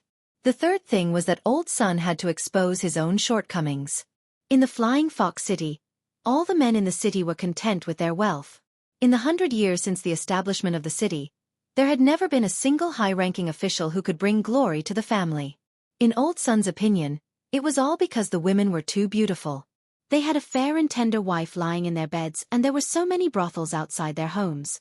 They were already exhausted at night. How could they have the energy to compete with outsiders for an official's position during the day? Brother Sue, look at me, Old Sun. For the rest of my life, I have no qualms about guarding this family business. As long as I don't have to worry about food and clothing, I don't have the heart to earn big money. Usually, I just like to pick some good tea leaves to taste, drink some wine with my old brothers, and chat with the women in the streets and alleys. What kind of future can I have? Outsiders say that we don't have any ambition, but they don't wrong us. Su Fengmian revealed a smile. He nodded his head and said softly, "It's good that you're safe. Stability is a blessing." From the layout of the city to the pavilions and pavilions, everything in Flying Fox City was exquisite, rarely seen in northern Mang. The beauty of the women here also far surpassed the other prefectural cities in Dragon Waste Province. The girls nicknamed Flying Fox had the graceful appearance of women from Jiangnan, but they also had the tough and tenacious bones of northern Mang. As a result, they did not have a romantic relationship, nor did they have the air of a prostitute. They had long enjoyed a great reputation in northern Mang's 8 provinces. Even the top courtesan of Flying Fox brothel who walked out of Dragon Waste's brothel was worth at least twice as much as her counterparts in other places. On the contrary, the men of Flying Fox City were not successful in either the military or the political world. They had always been ridiculed as effeminate and effeminate. Everywhere in the city, there were weak men who boated and watched the fish in the flower harbor. There were also refined scholars who waved their sandalwood fans while drinking tea and discussing Taoism. Until now, there was no one in Flying Fox City who had become a frontier official above the 3rd rank, let alone a splendid courtier who could go to the imperial tent and discuss matters with the empress. It was hard to imagine that it was this feminine city without any heroic spirit that had a pavilion where nearly 100 top swordsmen of the spring and autumn period retired as hanging swords. Among them, there was the descendant of the sword emperor of Shishu, who hung a sword on behalf of his ancestor. There was also the famous sword torch dragon, which had once fought with Li Chuangong's wooden horse. In the southern villages of the spring and autumn period, there was a custom of planting a row of feng shui trees. Shopkeeper Sun sighed and said, "Brother Su's words have thoroughly explained the great principles of the world. You are indeed worthy of being a scholar from a big family, unlike us common people who only care about money. We have lived for more than half of our lives, yet we still can't say such words." Su Fengmian laughed it off. He had long since stopped taking this kind of flattery seriously. He only asked curiously, "Brother Sun, you seem to have forgotten something strange." Shopkeeper Sun smiled and said, "Yes, yes." Shopkeeper Sun came back to his senses and said with a smile, "Yes, yes, yes. Before the Flying Fox City, it should have been more than 20 years ago. There was a handsome swordsman who didn't hang his sword but sold it for a high price. At that time, he sold it for a frightening price of 1,000 gold taels. I was still young at that time. I remember that everyone in the Flying Fox City was shocked. I saw this handsome swordsman in the crowd of women from afar. He was indeed a rare handsome man. Later, he used the money he earned from selling the sword to live in the Feng Feng Lu for a whole year. It was another big event that shook the whole city. He became a painter and specialized in drawing portraits of women. When he earned money, he would spend it like splashing water. At first, he was happy and unfettered. Those young ladies from big families were happy to support him. God knows if they were after his person or his paintings. However, his business became more and more desolate. Later on, no one saw this man who was not a swordsman but a painter. However, this strange story of him selling his sword, painting, and sleeping in a brothel was passed down. Su Fengmian asked, "What kind of sword could be sold for 1,000 gold taels?" Shopkeeper Sun had a difficult expression on his face. "This old son doesn't know. I only heard that he sold it to the city lord." Later on, when the city lord's son was 20 years old, he gave it to the crown prince. Younger brother Sue, this old son is not exaggerating. This city lord's son is different from the ordinary men in Flying Fox City. He is valiant and brave. His swordsmanship was taught by a first-rate master. He can draw a 3-stone bow on horseback. He is even better at fighting on foot. Rumor has it that in a few years, he will go to the Northern Royal Court and become His Majesty's servant. This is a great honor. Of old son's 2 daughters, there is no need to talk about the older one. She is at the age where she is yearning for love. Even the younger one, who is only 10 years old, admires him to death.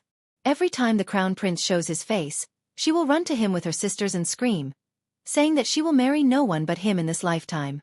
This makes old son so angry that smoke is coming out of his 7 orifices. You are just a little girl who is not even 11 years old. So why are you joining in the fun? You take after your mother's dark skin. In the future, when your face and figure grow up, even if a girl changes 18 times between childhood and womanhood, she will still be delicate. Younger brother Sue, don't you think so? As soon as I scolded her, she, Jeje, and that old daughter-in-law of mine, an old woman with yellow pearls, also blindly kicked up a fuss. Together, they turned their elbows to the outsider and joined forces to sulk at me. The 3 of them ignored me for several days. This old man sighed from the bottom of his heart. How sad and miserable it was. Su Fengnian didn't agree. Instead, he looked straight ahead and drank his tea. Smiling, he said to shopkeeper son, "Older brother son, I think that niece is not conspicuous right now, but in the future, she will be beautiful and elegant. Moreover, that crown prince looks like a shrewd and not shallow man. The affairs of the world are hard to predict.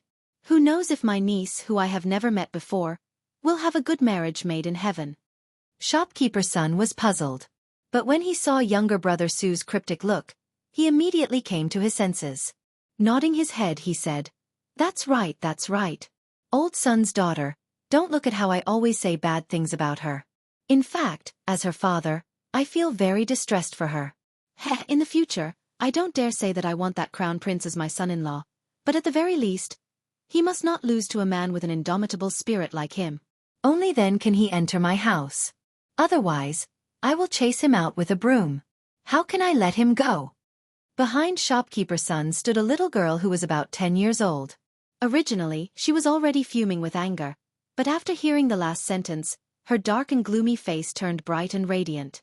Sweetly calling out to her father, she sat on shopkeeper's son's lap. With a smile on her face, she said, "Father, tonight I will let mother make your favorite dongling meat." Having narrowly escaped death, shopkeeper's son wiped the cold sweat off his forehead.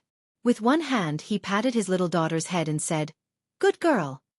Then, he quietly gave Su Fengnian a thumbs up. He was so grateful that he felt that he shouldn't take the money for this pot of tea anymore. Su Fengnian softly smiled and said, "You are my niece, right? You really look like water vapor. When you grow up, you will certainly be a great beauty that can overshadow the moon and shame the flowers." The little girl gave a heavy sound, and then happily said, "Unfortunately, you are too old, and your looks are not as good as Crown Prince Tontai's. I don't like you." Su Fengnian was speechless. His Royal Highness was pierced by thousands of arrows. It's a little late. There is one more chapter before midnight. Chapter 438. His Royal Highness naturally had no affinity with being handsome. His pair of red phoenix eyes, which added a feminine touch to his appearance, allowed him to walk in Flying Fox City. Even if he wore a saber, he would still be able to match the temperament of the city. However, this was the first time in his life that he had been called old by a little girl, and he still didn't know whether to laugh or cry. Shopkeeper's son laughed heartily as he tried to smooth things over. He said twice, "Don't take offense, little brother." The little girl was probably most afraid of being treated like a child, so he gently added another jab, saying that he wasn't good-looking. A warm, sunny afternoon passed by in the time it took to drink a few cups of tea. Fatty's son was a talkative person, born and raised in Flying Fox City, so he was very familiar with the local customs of his hometown. He was also not a frog at the bottom of a well, who cherished his own things to the point of deformity. He was happy to ridicule others and laugh at himself. Regarding the anecdotes of famous people in the city, as well as the embarrassing things that happened behind closed doors, he told them everything while eating a plate of salted peanuts. His Royal Highness's poisonous tongue was famous in Baelyong. He had made fun of almost all of the important border officials who went to the prince's mansion to wag their tails and beg for pity. However, those old foxes who held power in their hands all pretended to be stupid and didn't care about it, nor did they dare to get angry. Some of the less courageous ones didn't find it shameful and instead took it as an honor. When they returned home, they would tell their friends about it. Over time, it was as if anyone who hadn't been hurt by His Royal Highness's ridicule wasn't a trusted aide of the King of Baelyong, so they started to look down on him. This made many of the outstanding officials of the younger generation, who hadn't made any military achievements during the spring and autumn period, privately criticize him and feel ashamed to be associated with him. In this regard, the young crown prince, who had only talked about it for fun, could only smile bitterly. Ever since he returned from his first journey, he had restrained himself a lot. Especially after his best friend Yen Chiji and his family fled far away from northern Liang, he could no longer hear the crown prince's sarcastic words. This made Li Gongda, the new administrator of northern Liang, feel uncomfortable all over. This afternoon, Su Fengnian sat across the table and chatted with the old man who had no ambition and only wanted to live a simple and prosperous life. Occasionally, he would ask a few questions, agree with a few words, and say a few words of praise. They chatted happily. Manager Sun's youngest daughter, Sun Xiaochun, was not willing to listen to the two old men's chatter, so she went to play with Tao Manwu, who was younger than her. She was addicted to taking care of her younger sister like an elder sister. She took out a lot of vegetables and fruits to eat on her own initiative, and even took some small objects from her room for Tao Manwu to play with. As dusk approached and it was dinner time, the business of the restaurant gradually improved. Shopkeeper's son and a few of the waiters went to work. The old man was kind-hearted and said that if they went to Bottle Alley, he would ask one of the waiters to lead the way. Su Fengnian did not refuse the old man's kindness. As for the reason why Su Fengnian, who had been immersed in the pleasures of Baelyong for many years, did not say anything about it. Since old Sun praised Bottle Alley so much, he thought that this alley must be good. However, if he asked one of the waiters to lead the way, he would have to pay more attention. The brothels in Flying Fox City were famous. There were 78 of them, and there were at least 1,000 girls who wanted to solicit customers. In the brothels of lower quality, the procuress could bring the girls to the street shamelessly to solicit customers. However, brothels like Bottle Alley were not allowed as it was too demeaning. It was a taboo that upper-class brothels had to be wary of. Therefore, there were marriages between the brothels in the city and the inns and restaurants in the city. The brothels with bulging money could be divided into a few taels of silver after the deed was done. Su Fengnian had wandered in the pleasures of life for many years, and His Royal Highness did not have to worry about money. It was impossible for him to spend the whole night fighting with girls who were worth hundreds of taels of silver. He drank tea and chatted with the courtesans or their personal maids. Therefore, he knew these secrets that were not hidden. Su Fengnian knew quite a lot about the down-to-earth and murky affairs of the upper-class people. As for the family scandals of the so-called virtuous men, if Su Fengnian told them openly, he could fill a dozen baskets with them. This was not hearsay. His Royal Highness had seen and heard it with his own eyes. As the playboy head of Baelyong, he was not boasting. Su Fengnian's disdain for the sons of the aristocratic families and the scholars of the landowning clans could be considered reasonable. However, he had walked a lot of paths in the past few years, so he was no longer inflexible. When they were ordering dinner, Manager Sun chatted with him for the entire afternoon. In the end, he did not even accept the money for his tea. Su Fengnian thought about it and ordered a few more expensive meat dishes. At noon, he ordered 1 meat dish and 3 vegetables dish, leaving only the delicious 5-sprout soup. In the afternoon, he specifically asked about the 4 sprouts of mulberry pagoda and willow peach tree. Only then did he know that it was the unknown fox tree. Flying Fox City got its name from this tree. Every summer, the flowers would be as large as snow, and the fragrance of the flowers would fill the streets and alleys of the city. After the meal was improved, Tao Manwu ate happily. However, the little girl was shy and did not have the nerve to ask for another bowl of rice. It was probably because Manager Sun had talked to a young waiter. After all, it was human nature to think about sex when one was full and warm. When he saw that Su Fengnian's table was almost done eating, he ran over to greet him. From the looks of it, he was going to take him to Bottle Alley. Moreover, the waiter seemed to be even more excited than a certain person who had spent money to buy sex. Su Fengnian did not want to disappoint him. Using the vulgar words from Wenhua's hometown, a young fellow's buttocks were as hot as pancakes. If he held it in for too long, it was easy to get hurt from holding it in. For the waiter, if he could go to a place where every oriole and swallow was as beautiful as a fairy, even if he could only look at the willow branch waists and peach blossom faces from afar, he would not be able to sleep at night. The sturdy waiter called himself Li Lu. He was the sixth child in his family, so Su Fengnian could just call him Lil Lu. When Li Lu saw that Su Fengnian actually wanted to take the little girl next to him to visit a brothel, he felt that it was inconceivable. However, he did not say anything.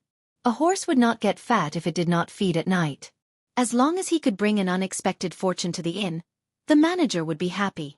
Not to mention a raise in salary, but a reward of meat dishes would also be a good thing.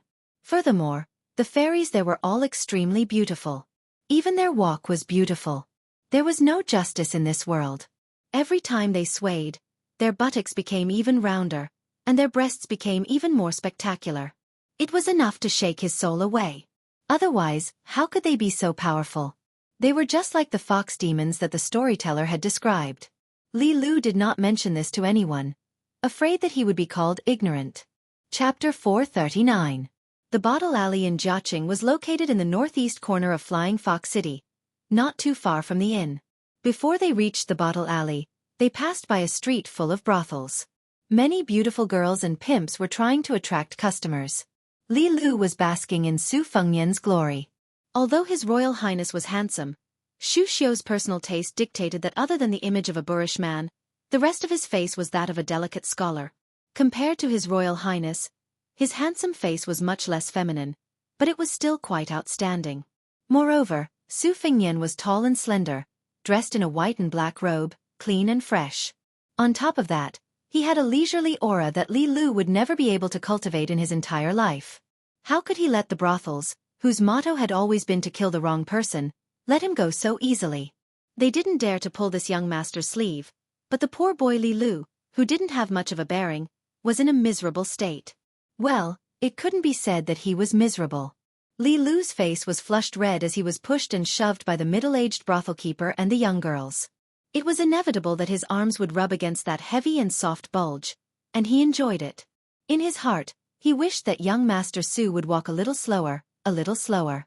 Of course, the Bottle Alley would not be opened here to compete with the common girls. There was a row of secluded houses and courtyards by the Jiaqing Lake, which made the Bottle Alley seem even more unsullied. The three of them finally walked past the thick and powdery flowers. While young Master Su was walking on the blue stone path by the lake, Li Lu secretly raised his arm and sniffed. It was so fragrant. His mind was filled with the smiling faces and voices of the girls. Li Lu knew that they were not from a decent family, but he could not help but think about it again and again. He thought that if his future wife could be as beautiful as them, his life would be worth it. Li Lu noticed that the little girl held by young Master Su had turned her head to look at him. Li Lu, who was too ashamed to show his face, could only smile awkwardly. The little girl made a playful gesture of wiping her cheeks. She was as white as snow in spring. Extremely cute. Li Lu felt inferior and reserved in front of young Master Su, but he could not lose his momentum in front of the little girl. Li Lu opened his mouth and nose with his fingers and returned a pig's head emoji. Su Fengnian turned his head slightly and saw the big and small war. He smiled knowingly and did not disturb them. On the way here, Li Lu told him that the private residences by the Jiaqing Lake were all private residences other than those of the officials in Flying Fox City. The young man could not say the simple and comprehensive idiom of hiding a mistress in a golden house, but that was the general meaning. Su Fengnian was not surprised. There were similar residences in several provincial cities in Bailiang, where they kept their concubines and mistresses. From time to time, they would go for a walk and use gold and silver jewelry to feed these canaries with tricky appetites. The neighbors were all rich colleagues, so they would visit the residences to compare the beauty of the new concubines and chat about everything. The fact that the Bottle Alley could be built here in the midst of chaos showed that it had a powerful background. Su Fengnian had 600 or 700 taels of silver notes on him, but he had to lock up the golden chamber for the sake of the Yellow Court. Of course, he was not here to seek pleasure. He was curious about the famous sword that could be sold for 1,000 taels of gold. To be honest, the king of Jing'an and Miss Hehe had bought his life for 1,000 taels of gold. That night, when Su Xiao talked about this person, he showed a rare look of guilt. The words he wanted to say were also quite heavy. Su Fengnian knew about this person. He used to be a general who stood shoulder to shoulder with Chen Jibao in the Bailiang army. During the spring and autumn period, he had made outstanding military achievements. Similar to his aunt Zhao Yuzhu, who covered her face with armor, he wore a green jade mask and never showed his true face to others. Apart from his strange ways of leading troops, this man, whom His Royal Highness had to address as uncle, was also a peerless swordsman. In the Bailiang army, where there were many talents, he was second only to the princess consort whom the 30 steel cavalrymen admired. This old man Li even casually mentioned that this young man's swordsmanship was blunt but not blunt. He was the most talented person that this old man Li had ever seen in his life. He was like a rich young master who had so much money that he did not know how to spend it, so he could only squander it casually. It was a pity that the will of the sword was too emotionless, so the way of the sword was not obvious. In Su Fengnian's opinion, only a swordsman who could be evaluated by the sword god Li Chungang in such a way was qualified to call himself a romantic. Since the Hanging Sword Pavilion was not open to outsiders, he had to start by selling swords for 1,000 taels of gold. Since this person had changed from a handsome swordsman to a romantic who painted and slept in brothels, going to the brothel to ask someone was a shortcut. Originally, the bottle alley was not as good as the Fengbo restaurant. However, it was not a good thing for an outsider with a child to go to the Fengbo restaurant to get drunk as soon as they entered the Flying Fox City. Being taken to the bottle alley by the inn and then going to the Fengbo restaurant could be said to be pushing the boat with the current. It was hard to say that there were no flaws, but at least it was not too eye-catching. He had no choice but to take Tao Manwu with him. He was worried about leaving her alone in the inn. It did not matter if he lost a bag of silver, but if he left her alone, it would only lead to endless trouble. His Royal Highness was cold-blooded and did not trust anyone. In this life, Su Fengnian had 3 bad friends in Bailiang who grew up together. They got into trouble together and took the blame together. He thought that their friendship would last forever, but now, other than Li Hanlin, he could not even be friends with the other 2, let alone brothers. Fortunately, he met a guy who carried a wooden sword in his 3 years of traveling, otherwise it would be too shabby. As for Wan Hua, every time he thought of him, he did not know whether to laugh or cry. This guy really had a lot of problems.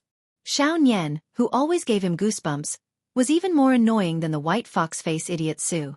In the past, when he stole sweet potatoes, roasted them and ate until he was full, Wan Hua would say, "Xiao Nian, do you want me to sing you a song?"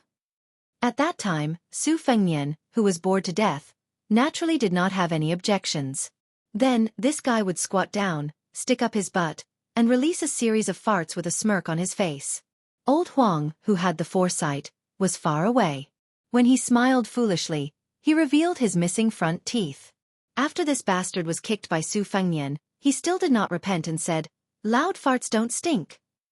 Although Wan Hua's swordsmanship was unsightly, he was an expert at climbing trees to fish and prawns in the water. When he passed through the orange forest that was filled with golden oranges, not only did he get angry and his mouth was full of bubbles, he would also stuff 2 oranges into his arms, hold them with both hands, and ask if they were big or not. Then he would chase after the creepy Su Fengnian all over the forest with his orchid fingers, screaming, "Young master, come, come!" Then he would be chased by the owner of the orange forest with a shoulder pole and a few stray dogs, or he would pester His Royal Highness to ask how a woman's asterisk felt. Su Fengnian was too lazy to pay attention to him. Occasionally, he would buy a tray of steamed buns with some copper coins that he obtained from being a fortune teller or playing chess. Every time when Hua ate a steamed bun, he would poke it with his finger, drooling, and ask if it felt like this. This young man, whose biggest dream in life was to become a proper swordsman, still went to the border alone after learning that Su Fengnian's background was not bad. He said that he wanted to take a look at the desolate scenery and practice his swordsmanship. This made Su Fengnian feel lucky, but also regretful. Su Fengnian exhaled softly and collected his emotions. He could already see the bottle alley that was decorated with lanterns and colored banners in the twilight. "I hope that when we meet again in the future, you will be one of the best swordsmen in the world, and I will be the king of Bailiang. Who in the world will dare to look down on us, brothers who steal chickens and dogs and look at women's breasts together? So, Wan Hua, don't die. Neither of us should die in a foreign land." Chapter 440. There were 4 brothels by the lake in Jiaqing's bottle alley, and the number of them could be counted with one hand. However, no matter how one looked at it, they seemed to be incompatible with each other. Nevertheless, they had already reached the realm where experts could kill without leaving a trace. Unlike the previous brothels on the street where one hung a colorful flag that said, Feihu City's #1 pretty woman, and I hung a banner that said, Two Peaks subduing the heroes of the world. From time to time, they would glare at the brothels when they were competing for business, and they would even use their hands and feet. When women fought, they would close their eyes and scratch randomly. On the other hand, a group of pimps would be much more methodical. They would sneak a few kicks to the nether regions, like a black tiger digging out the heart or a monkey plucking the peach.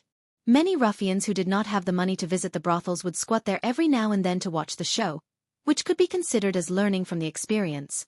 Moreover, when the women made a scene and fought, they would wear revealing clothes and accidentally shake half of their plump white breasts.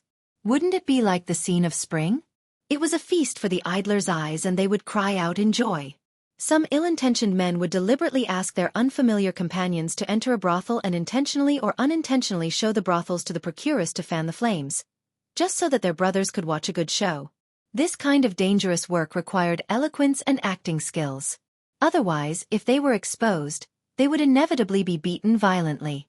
Although the women's fists and feet were weak, they could still kill someone if they stepped on the crotch. The ruffians in the Flying Fox City formed gangs and gangs, but they were not very impressive. They were just stragglers. In the neighboring White Frost City, the population was only half of that of the Flying Fox City, but they were united and raised several banners. The members of several gangs could do whatever they wanted in the Flying Fox City. They liked to come to the Flying Fox City to visit women and trample on men when they had nothing to do. If young Master Tantai had not accidentally bumped into them a few years ago, they would not have been able to raise their heads in the Flying Fox City in the past 2 years. However, in the battle with the city magistrate's son, the guards behind him stood by and watched. He single-handedly ravaged more than 40 strong young men. Later, he was tied up and thrown out of the White Frost City, which made the people in the city applaud and applaud. It was not that this rich and powerful crown prince had a good reputation, and was liked by women ranging from 60 to 6 years old in the city. It was just that the other men in the Flying Fox City were too weak. The gangsters were also convinced by eldest young Master Tantai. After all, he never bullied others. If he were to teach them a lesson, he would teach them a lesson. Besides, if eldest young Master Tantai really became a servant of the emperor without any rank, it would be even more glorious in the city. Since this year, many women had burned incense and prayed to the Buddha everywhere just to make wishes and blessings for eldest young Master Tantai, which made those rich men smile from ear to ear.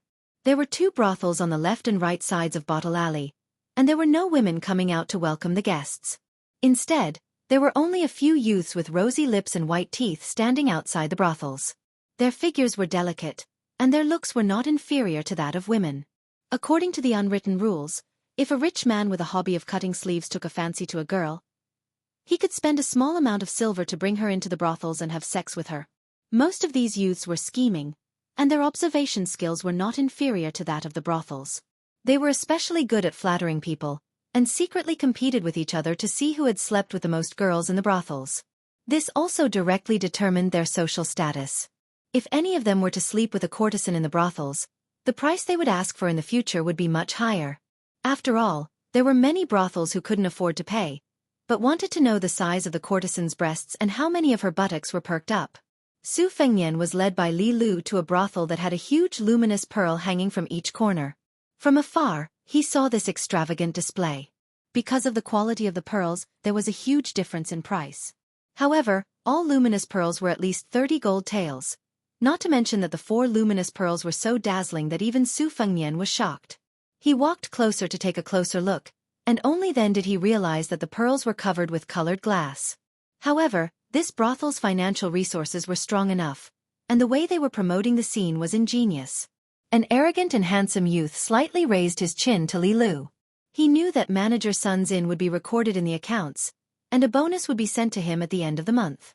As for the specific amount, it would depend on Su Fengnian's expenses in the brothel. However, with 5 taels of silver as a base, it was not a small amount of money for an inn that worked hard for an entire year to earn less than 180 taels of silver. Su Fengnian gave a small piece of silver to Li Lu. The latter hesitated for a moment, and with great difficulty suppressed his greed. He shook his head and waved his hand. He was afraid that his soul would be hooked by the silver, and when the manager found out, he would be beaten up, so he quickly turned around and ran away. Su Fengnian did not stop him. He took out a few pieces of silver and threw them to the youth, who had already sized him up from head to toe. This silver was not given out blindly. This was the first time he visited, so if he gave too much, he would be treated like a fat sheep and slaughtered to death. If he gave too little, he would be treated like a spring onion. For someone like Su Fengnian, who gave 4 or 5 taels of silver, it was just right. If it was someone who was familiar with him and knew him well, he would give them a reward based on his wallet and temperament. For someone like Li Hanlin, who was used to spending a lot of money, if he was in a good mood, he would stuff a few hundred taels of silver into the chest of the procuress who came out personally. No one would dare to treat him like a fool. If he was in a bad mood, he would be merciful even if he did not slap the procuress's face. In the past, Li Hanlin always complained that his father's position was too low, and he did not go out in a dignified manner. He was only a tyrant in Feng Province, and was not very effective outside of Feng Province. But now, Li Gongda finally became the second highest official in Bailiang, a powerful minister at the border. This guy, who was already one of the top princes of the dynasty, had nothing better to do and became a soldier of Bailiang. Su Fengnian had a general understanding of the situation in Bottle Alley from Li Lu. He held Tao Manwa's little hand and walked into the courtyard. He paused for a moment and said calmly, "Today, I came to your Guanghan house to listen to Miss Anyang play the zither, watch Miss Qingnu dance on the lotus, or watch the newly promoted Miss Wei throw the embroidered ball. In short, I want to see one of them. If I can't do it, I won't spend money here. I believe that among the 4 houses in Bottle Alley, there will be one that I am willing to pay. I don't mind walking a few more steps." His words made the young cashier, who had been a little negligent, immediately withdraw his contempt. It should be known that some country bumpkins who pretended to be rich, dressed in brocade clothes and marten fur with arrogant retinues beside them, had not entered the building and said that they would smash the place if they did not see the top girls tonight. Or they kept saying that they had all the money and all the beautiful girls. Bottle Alley was not afraid of this kind of people, especially in Guanghan House, which was unique in Jiaqing Lake. If they dared to smash the place, they would kick them out. It was not without reason that the young cashier looked down on the young man with a saber beside him. He was well aware of the standard of the inn where Li Lu stayed. Under normal circumstances, the guests who were brought here were not very rich. However, since they could say such words, they must be experienced characters. As long as it was a well-known brothel, the top girls would mostly be favored by the officials or the sons of the rich, or they would have acquaintances who they could not afford to mistreat. This had nothing to do with the status of the top courtesans and how much they put on airs. Everything was based on first come, first served. An outsider, a stranger, wanted to put all the shark's fin and bird's nest into his bowl. Did he think that he was the son of the 8 states governor or the grandson of the 12 great generals of Beimang? This was called being immature and not being particular. Generally speaking, brothels did not like such inconsiderate guests. If it was the Fengbo brothel, which was well known throughout Beimang, they would always chase away such impulsive guests without saying anything. The Fengbo brothel did not care about making less money, but the Guanghan brothel did not have such confidence. The young man weighed his options and said in an uncertain tone, "To be honest with you, young master, Miss Anyang may not be free tonight. Miss Qingnu and Miss Wei are also not sure. I have to help you ask before I can give you a definite answer. I hope you can understand. These 3 are the most outstanding sisters of our Guanghan brothel. Even if I work here, I may not be able to see one of them every day." Su Fengnian knew that there was hope. He nodded with a smile and said, "The 4 luminous pearls of the Guanghan brothel can be sold for 134 gold ingots. Of course, business is not bad. If I can see any of the ladies, I will be satisfied." "Young master, you are reasonable." Chapter 441. The young man pursed his lips and smiled. Intentionally or unintentionally, he moved closer to the young master with the saber. After being gently avoided, the young man felt a bit regretful. It seemed that the young master did not know the pleasure of the bed, but the young man did not care too much about it. As for why the elegant gentleman with a saber would bring a little girl to visit the brothel, he had seen too many unimaginable strange things, so he was too lazy to think about it. In the brothel, there were many dirty things and jokes. For example, some young masters did not like beautiful women, but instead fell in love with those old and fat women. Or some frightening burly men who liked to be whipped by the girls and dripped candles on them. There were even rich merchants who brought along their wives who dressed up as men to play with one dragon and two phoenixes. It was a bizarre and variegated life. How could he, a young man who sold his skin at a young age, understand clearly? He was already too busy earning money and building connections. So why would he think about these trivial things? Su Fengnian lowered his head and looked at Tao Manwu. The little girl had the demeanor of a great general. As expected of Tao Qianji's daughter, her face was calm and tranquil. However, Su Fengnian knew that her palms were sweaty, so he said to the young man, "Enter through the side door." The young man knew that some people would be reserved when visiting a brothel. He wanted to explain that the Guanghan brothel was elegant and quiet. Even if you walked in from the front door, you would not see many faces.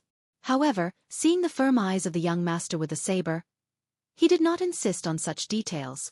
In addition to the four-story main building, there were two separate courtyards, which were occupied by the top courtesans of the brothel. Su Fengnian went up to the second floor and looked through the window. There was a courtyard behind the building that was brightly lit. Many nobles and scholars in brocade robes were sitting on the ground. The sound of the zither lingered in the air.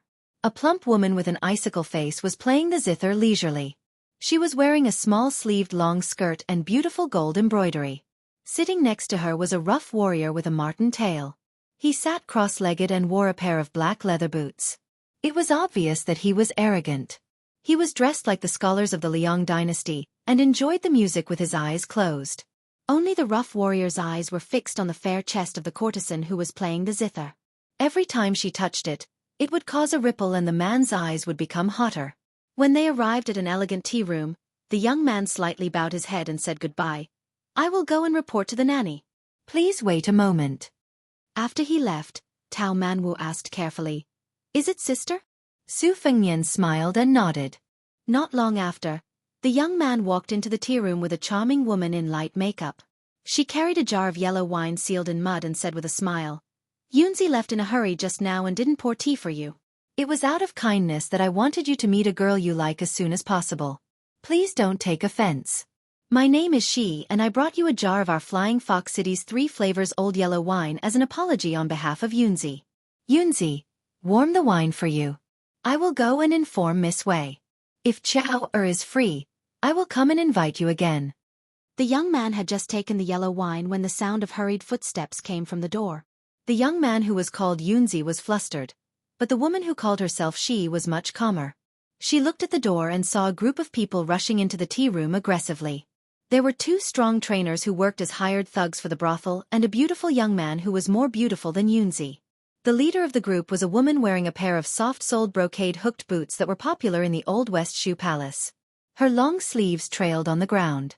The handsome young man bowed and bent his knees as he trotted over. Looking at her aura and attire, although the woman Shi had some status in the brothel, she was far inferior to the woman who was wearing heavy makeup. Sure enough, the woman who had practiced fiery golden eyes only glanced at the young master with the saber and completely lost her scruples. She stretched out her index finger and pointed at Shi. She sneered and said, "You Shi, do you know the rules of the Guanghan Tower? How dare you privately take in a guest? Miss Anyang's courtyard has no seats. You dare to skip Miss Qing's courtyard and directly send her to Wei Qingwan's embroidered ball pavilion? Shi, who gave you the courage?" Shi was worried. She forced a smile and said, "Sister Cui, I just saw that Miss Qing's courtyard was crowded, so I didn't want to disturb you." The woman let out a long and sinister, "Oh." She stared at Shi for a while and smiled. It doesn't matter. I've been friends with Shi for so many years and I know that she's always reliable. It must be this damned Yunzi who acted on her own initiative. Men, drag her out and beat her with 20 sticks. According to the rules, don't miss 1 stick, but also don't miss 1 stick. If she is beaten to death, the Guanghan Tower will lose hundreds of taels of silver. I can't afford this sin." The young man's hand trembled and a jar of yellow wine fell to the ground. It was about to hit the foot of the young master with the saber. Su Fengnian stretched out his arm and caught it. He put it on the table and didn't say anything. It was obvious that the second most popular girl of the Guanghan Tower, Miss Qing knew, who had a good reputation, and the rising star Miss Qing with the surname Wei. The 2 of them had a conflict. Behind them, the nannies who shared the honor and disgrace of their respective courtesans were scheming against each other. Looking at the situation, It was unknown why Qing Nu, who had a good reputation for rolling embroidered balls, lost her popularity. Qing Nu's courtyard was crowded, but her embroidered ball pavilion was deserted. It was probably because the young Yunzi was closer to Qing Nu and the nannies, so she wanted to catch a foreign guest and see if she could solve the urgent problem. She didn't expect that what she was afraid of would happen. She didn't care about the noise behind her. She squeezed out a smile and said, "Sister Cui, don't be angry. Today's matter really has nothing to do with Yunzi. She was blinded by lard and took the job without permission. Sister Cui caught me in the act. I accept the punishment." The woman surnamed Cui made it clear that she didn't care about the owner. She sneered and said, "Sister Shi, you are kind, but rules are rules. Why do you want to be punished for a little bitch who doesn't understand? I can't bear to see you humiliate yourself like this. What are you looking at? Drag Yunzi out and beat her 20 times. The young man with the skirt smiled and repeated, "Drag her out and beat her 20 times. She turned to Su Fengnian for help. She was a woman with some status in the Guanghan Tower, but at this time, she was all alone and looked miserable. Yunzi knelt down and whispered, "Young master, save me." Su Fengnian was indifferent. She restrained her sadness and turned to the arrogant woman and said coldly, "Sister Cui, this young master is a distinguished guest of our Guanghan Tower for the first time. Don't you care about his feelings? Aren't you afraid that the Flying Fox City will laugh at you?" Su Fengnian frowned and thought, "You still want to drag me down?" The woman covered her mouth and smiled. She was very happy. Seeing that the two instructors remembered their old friendship and didn't want to drag the sweet and well-behaved Yunzi away, her face became gloomy. Cut the weeds and dig up the roots. This was what the officials and military men said, but she was very clear about it. When dealing with some enemies, if she did not push them to the brink of death, they would really rise again when the spring breeze blew. Back then, didn't she make a wrong move and lose to this Shi and almost couldn't get up? Now the tables had turned. Shi's life was miserable and she wanted to make a comeback with the help of the little bitch surnamed Wei? No way. The woman pushed Shi away and grabbed Yunzi's hair and pulled. The young man who didn't dare to resist fell to the ground. She stepped on him fiercely and smiled again. She didn't look ferocious at all. She had the charm of a big family's first wife teaching a servant. She bit her lips and covered her arm with one hand. The weather was cold like spring and the heart was cold like autumn. The woman had stepped enough and looked at the young master with a saber. She smiled and said, "Dear guest, do you dare to tell anyone about what you saw today?" Su Fengnian couldn't help but laugh. Tao Manwu was a little nervous when facing Yunzi and Shi, but he was still calm. After seeing the woman, he subconsciously hid behind Su Fengnian. Su Fengnian took out 200 taels of silver and said calmly, "I came to Guanghan House to get familiar with Miss Wei so that I can visit often in the future. In fact, I have a selfish intention to get close to Sister Shi.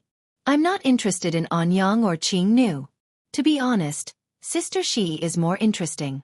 Women at this age are better at serving people, aren't they? As for you, a woman in your 50s, get lost and go home to your grandson. I'm too full for dinner and don't want to waste food."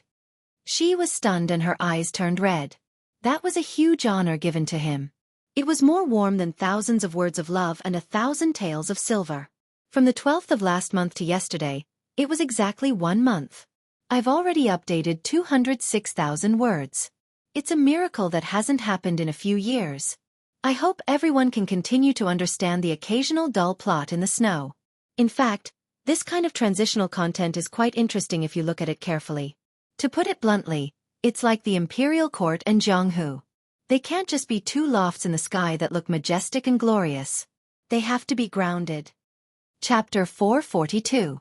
For people who care about face, a slap in the face is more vengeful than a slap in the face. It also depends on the depth of the person's shrewdness and ability. Nanny Cui, who is only second to a few people in the Guanghan house, has experienced ups and downs. She is a mature woman, but she is anxious to make Shi lose face. Now, after being scolded harshly by this foreign guest, she stretched out her hand to smooth her chest and looked at him carefully.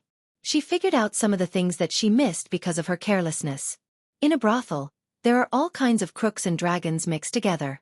Aside from those who wear official robes according to their official status, some of the people who don't act according to common sense are actually more difficult to deal with. Officials protect each other. If one doesn't take care of them well, they can ask for a backer to make up for it. However, the latter is hard to say. How arrogant is Feng Feng Lu? 7 or 8 years ago, they angered a fierce god. As a result, 4 courtesans and 6 beauties suddenly died in one night. This murder case shook the Dragon Waste state, and it was hard to find the reason. Later, when the Beimang martial arts evaluation was released, it was known that it was done by Zhong Liang, who is ranked 7th among the top 10 devils. Zhong Liang himself is scary enough. His uncle, Zhong Shentong, is one of the 12 great generals of Beimang. The Zhong family is one of the top noble families in the southern imperial court. Feng Feng Lu's guests are all over the dynasty, but they still have to suffer in silence. It is said that after the incident, they even sent a few young beauties to the Zhong family with both hands. Unfortunately, her back is facing the 2 martial arts instructors in the Feng Feng Lu. They heard the words of the young man with the saber and saw that Sister Cui, who has always been bad-tempered, became silent. They thought that they had fallen into a dead end. After looking at each other, they wanted to show off their power. Soldiers are trained for 1,000 days to be used in a single day. Since the Guanghan house has a strong backing, they rarely have the chance to fight. As a group of guard instructors who are paid a lot of money every month, they can only spar with each other. It is inevitable that they feel uncomfortable. They want to help Sister Cui gain face for themselves. Anyway, as long as they don't have a direct conflict with Sister Shi, they won't make things difficult for Sister Shi, who usually takes care of their brothers. Although this kind of care is just giving her a smile or stopping to chat, it is an honor for them and they can talk with their brothers. As for Sister Cui, she would only smile at him when she needed his help. She would also reward him with some wine money after the event. However, which of the 2 was more important? The brothers who came out to make a living and were able to enter Guanghan House all had some ability. They all knew what was important and what was important. Su Fingyan stretched out his palm and swiped the jug of 3 mix yellow wine on the table. The wine jug slid out of the table and drew a pleasing arc in the air. It just so happened that it bypassed the 2 instructors, circled around them, and then slid back to the table. It was exactly the same as its original position. This was a technique similar to drawing a circle around the ground, which included Cui Mama, Shi Jejie, Yunzi, as well as him and Tao Manwu. The 2 instructors looked at each other in dismay. They knew what was good for them.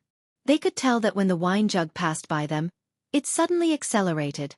Even if they wanted to punch it with all their strength, they would not be able to catch it. This was not a small trick that anyone could play. Cui Mama was needed for a while, but her face was as usual. She left after a few teasing words. She did not dare to take advantage of the east wind to beat a drowning dog. It could be seen that she was really in danger in Guanghan House now. Shi Jejie was born as a courtesan. Out of gratitude, she admitted that she was old, so she gave up her position and stayed in Guanghan House to be a nanny who was more noble than a procuress. She was responsible for training the girls with potential in the Guanghan House. Sister Cui was born as a maid and was not favored. She finally became a prostitute, but she was beaten back to her original position because she committed a crime. For the first 10 or 20 years, she had been holding back her resentment. It was not easy for her to climb to the position of chief nanny. Shi Jejie, who had a smooth life, of course regarded her as a thorn in her side. She helped Yunzi up and said softly, "Does it hurt?" Yunzi, who had escaped a disaster, knew that the future would be difficult, but at the moment, she was more happy than worried. She smiled and said, "Aunt, it's okay. Yunzi will be scolded and beaten for the rest of my life. I won't die." She patted his clothes and said helplessly, "If Sister Cui can't get along with you and can't take it anymore, you can come and tell me. At worst, I can tell the master to let you do a job in the embroidered ball pavilion. It's just that there will be fewer ways to earn money." Yunzi hesitated for a moment before she forced a smile and said, "Aunt's words are enough. I believe that Nanny Cui is a busy person who doesn't come and go. She won't fuss over minor matters like me."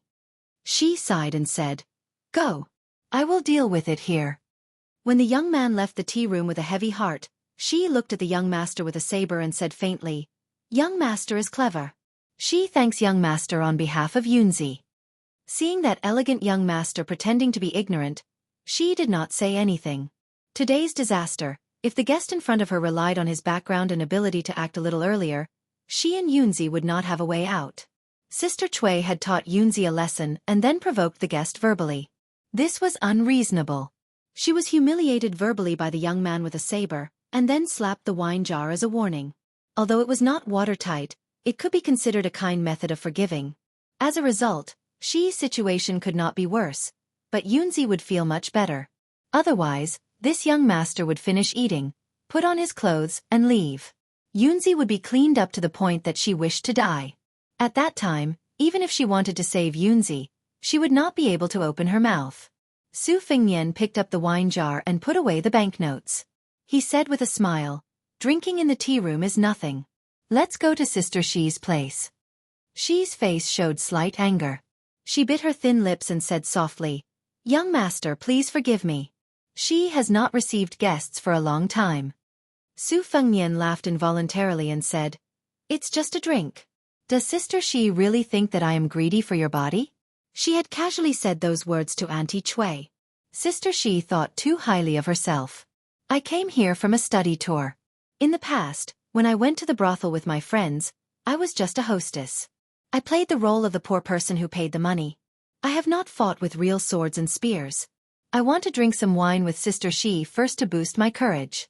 When I see Miss Wei later, I won't be defeated so easily. Although my family has some money, 200 taels of silver will be spent in the blink of an eye. It is really like the saying, a moment of spring night is worth 1,000 gold. A moment of spring night is worth 200 taels of silver. It is too unfair. Sister Shi, is this the truth?" The corners of Shi's mouth curled up. She was really amused. It turned out that there was such a new saying for a moment of spring night. Not to mention other things, this young master with a saber was definitely straightforward. He was the same towards Sister Cui and Shi. If it was said that she had to repay him with her body because he helped her once, it would be too absurd. Shi was not familiar with the affairs of the world. She had long passed the age of naivety. In the brothel, it was rare to have the qualifications to ask a girl who was not free to do anything. Even the top courtesan of Guanghan House, Miss Anyang, could not do it. There were one or two in Feng Feng House. The brothel was famous for hiding filth. Which man did not buy meat with gold and silver? It was just that this meat was more expensive than the meat on the butcher's chopping board. A woman's flowery words could not be trusted, but a man's pledge of eternal love could be trusted? She looked deeply into the pair of clear red phoenix eyes. She did not detect the slightest bit of malice. She gritted her teeth and agreed to drink. With her tolerance of 2 caddies of soju wine and not getting drunk, she believed that she would not suffer a big loss. It would not be a big deal if he touched her when she poured the wine. After she thought it through, she said softly, "Young master, follow me to the 4th floor. It is not far from Miss Wei's embroidered ball pavilion." Chapter 443. Walking side by side, Su Fengnian noticed that Shi's fragrance was light and her simple yet elegant attire made her look like a pretty girl from a humble family. Sister Cui was much more exaggerated. Her lips were painted with black paste, her face was painted with yellow powder, and her hair was decorated with a golden hairpin. Her long robe was 4 or 5 inches long, which made Su Fengnian sick of her. She was like a big pot of exotic delicacies. No matter how good one's appetite was, they would be intimidated at first sight. On the contrary, Sister Shi, who had lost her power, was like a small bowl of plain porridge that was carefully added with a few lotus seeds. She was the kind of woman who would be pleasantly surprised if tasted carefully. On the corridor of the 4th floor, there were green gallbladder vases and ink paintings hanging on the wall. It was elegant and unique. However, it was not uncommon to see beautiful maids carrying food boxes and fruit bowls. It could be seen that Guanghan House's business was not bad. When these people saw her, they all obediently called her Sister Shi. She was very popular. Sister Shi smiled and greeted them one by one. After passing through 2 corridors, she came to a room facing a window. She sighed in her heart and said, "Young master, we're here." She pushed the door and entered. The floor was covered with a silk lichen that was extremely labor-intensive. There was a 3-fold screen that copied the famous painting, Snow Banana Double Crane, that separated the sleeping area from the brocade hall. In the front hall, there was a small bed with a delicate pot door and a small table for warming wine and brewing tea. At the corner of the table, there was an incense burner with onions calcined in the Longquan kiln. On the table, there were bowls and other small utensils, especially the black glazed teacups, which were very eye-catching. If one was not an expert in tea, one would not know the rarity of this set of partridge teacups. The emperor of the Southern Tang Empire especially cherished this set of teacups. He once said that the color of the teacups was precious and the color was black. Just these teacups alone could be worth dozens of gold. Su Fengnian sighed in his heart. This Sister Shi was really a particular person who knew how to enjoy life. On the bed, there was a jade porcelain pillow painted with lotus flowers. Su Fengnian was somewhat puzzled. It was only the end of spring. This woman was too afraid of the heat. Seeing the young master with the saber staring at the pillow, Shi's face was red and almost dripping with water. She did not dare to look at him directly. She just sat at the small table and skillfully warmed by hand. Before the wine by side, Shi fondly played with a black glazed tebby by hand and asked, "Young master's accent, are you from Gusai State? Do you recognize this black glazed lamp?" Su Fengnian touched the simple teacup with his fingers and nodded. "My family happens to be in the porcelain business, so I know some famous items in the market. I'm just a small family, so I can't do any big business. I've only heard of the black glazed teacups in the top 10 tea sets, but I've really profited from this trip." Fortunately, he was tactful earlier. Otherwise, if he wanted to take out 200 taels and say something rude to Sister Shi, he would really be asking for humiliation. "However, I only brought less than 1,000 taels of silver with me this time. There are still a few states that I haven't left. I don't have the courage to go to the embroidered ball pavilion anymore. Sister Shi, what do you think we should do?" Shi laughed and said, "Then Gongzi should drink more wine. Drink until you have the courage of a bear's heart and leopard's guts, and then go to the embroidered ball pavilion. Shi, let me warn you first. You have entered the house, you have drunk the wine. You absolutely cannot not go to the embroidered ball pavilion." Seeing Gongzi Qindao's aggrieved face, Shi's smile widened. She winked and said, "Guanghan Building is not a place to cheat people. If you just want to watch Miss Wei throw the embroidered ball, you can take 100 or 200 taels of silver." Su Fengnian said angrily, "Sister Shi, you say it so lightly. If I only go to the Guanghan Building to look at the embroidered ball and then leave, how can I have the face to ask you for wine in the future?" Shi handed over a cup of wine and said angrily, "It's not difficult for Gongzi to come to the Guanghan Building to ask for wine, but you can only enter the house once." Su Fengnian obediently took the wine and did not make any despicable movements. He took a sip and saw Tao Manwu sitting on the embroidered stool, so he raised the cup to her mouth. The little girl was like a newborn calf that was not afraid of tigers. She took a sip and smacked her lips, enjoying the taste. Su Fengnian found it interesting and simply gave her the whole cup of wine, only telling her to drink it slowly.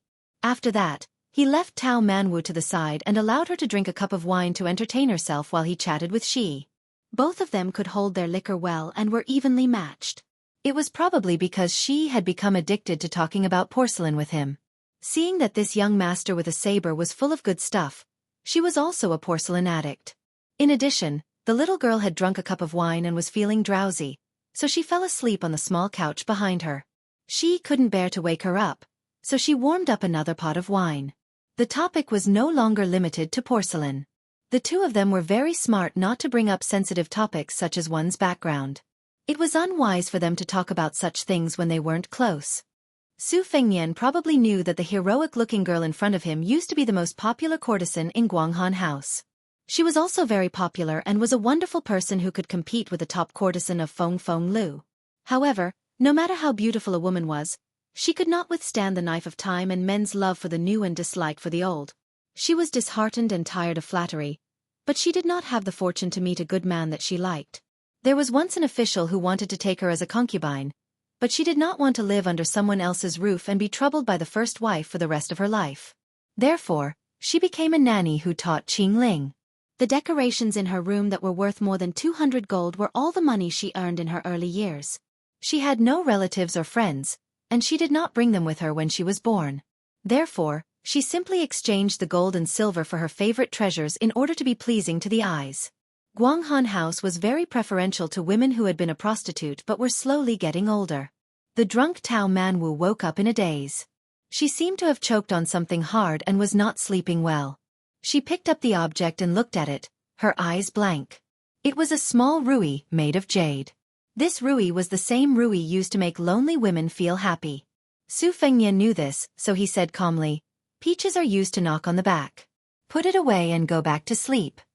The little girl replied with an "oh," and put the jade ruby back to the bed. She then fell asleep. She pretended to be calm. Her eyes were blurred and her cheeks were pink. She tilted her head slightly and took a sip of wine. Su Fengnian chuckled and said, "Sister Shi, why are you shy? It's normal for a man to be full of vigor.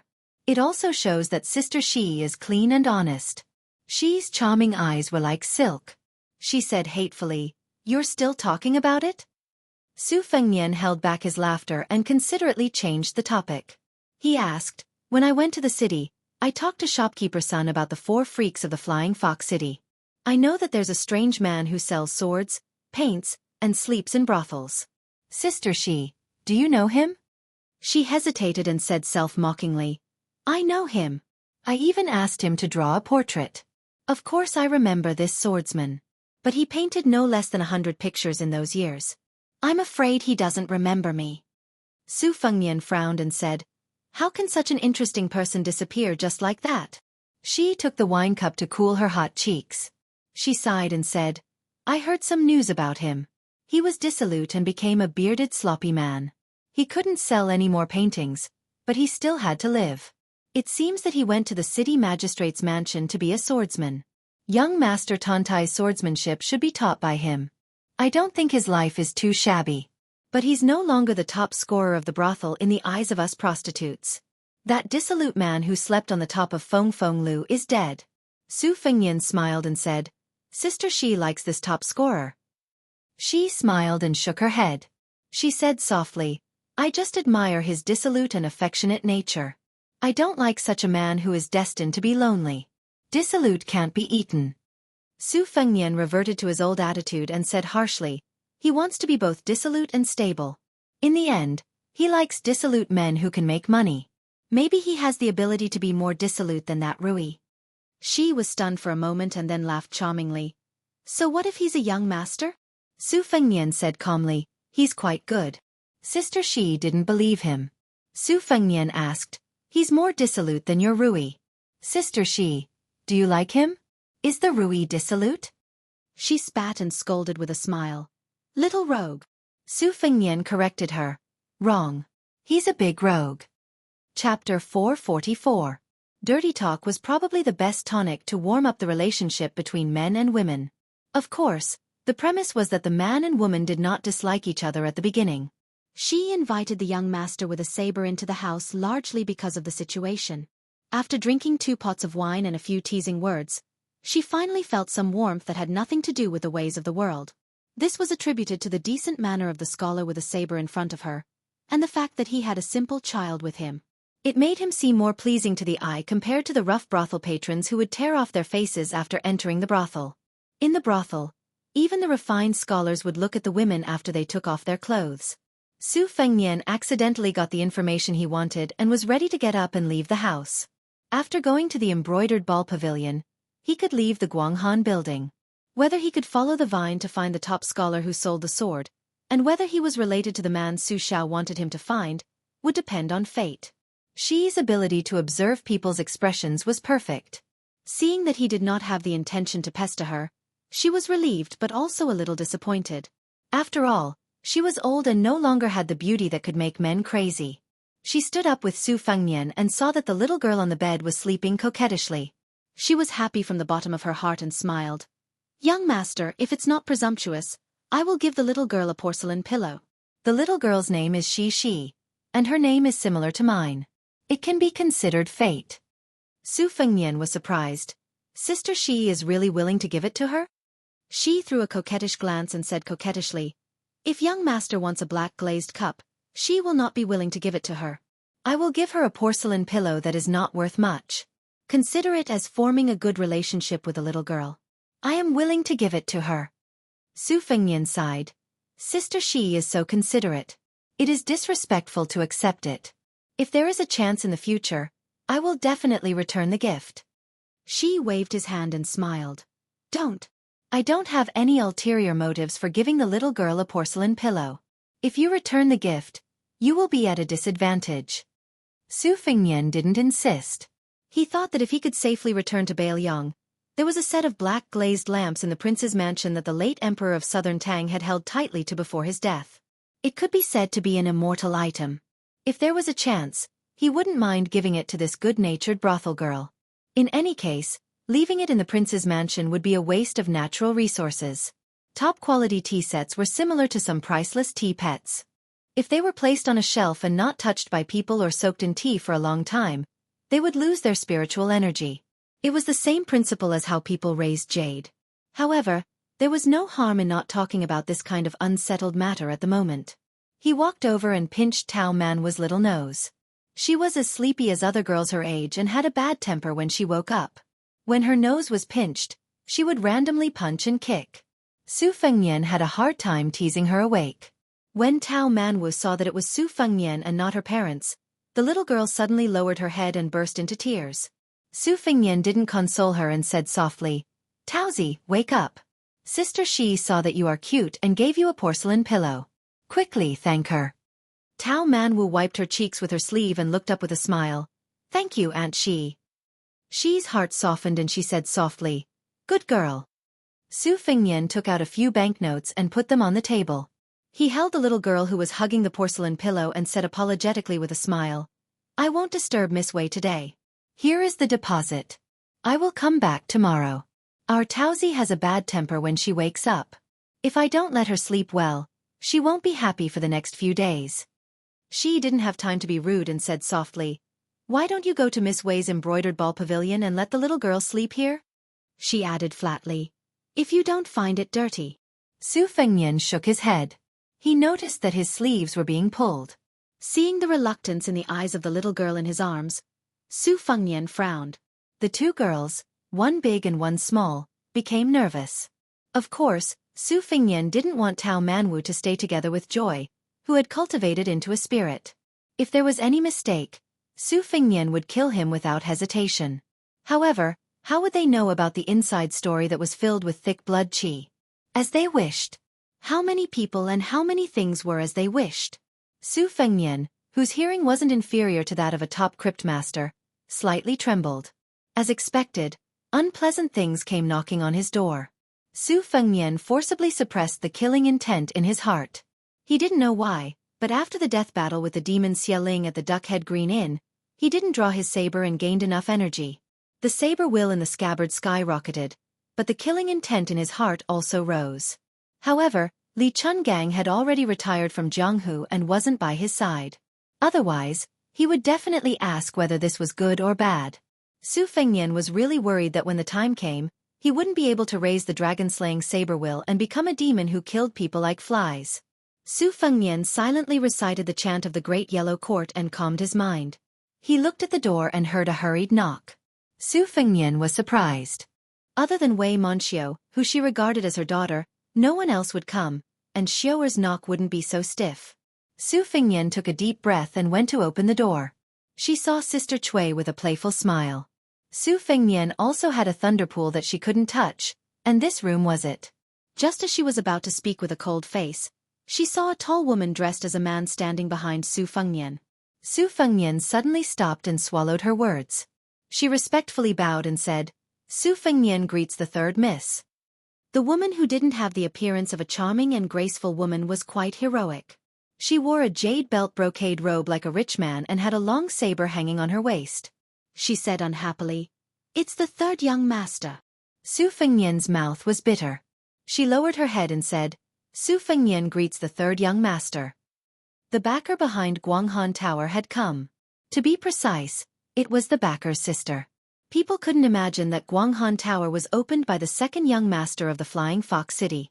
This semi-public secret was only known by the upper class of the city. The dragon had 9 sons, and the lord of the city had 2 sons and 1 daughter. The eldest son, Tan Tai Chongping, was brave and heroic. He was also good at writing beautiful poems. He was destined to be the most popular scholar in Beimang in the future. Once he became the bell chaser, he would be the most popular person in the royal court around the emperor. He would be like a bright moon jumping out of the tide and enter the vision of the top nobles in Beimang. The whole Flying Fox City was waiting to see him. But the second young master of the city, Tan Tai Chang'an, was a complete debauchee. He wasn't proficient in literature or martial arts, but he ate, drank, whored, gambled, trained eagles, led dogs, and fought crickets. He was proficient in everything. Just in the breeding and trading of crickets, he had spent no less than 3,000 to 4,000 taels of silver. Because the second young master of the city loved to fight crickets, every year starting from the 7th month, it was unknown how many idle hoodlums would scour the city for crickets.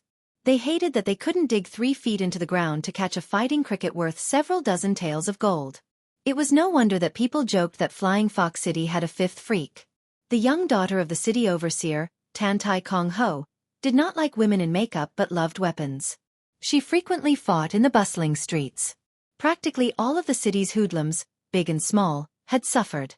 They already recognized her appearance, and when they saw her, they would take a detour, not giving her the opportunity to beat people up.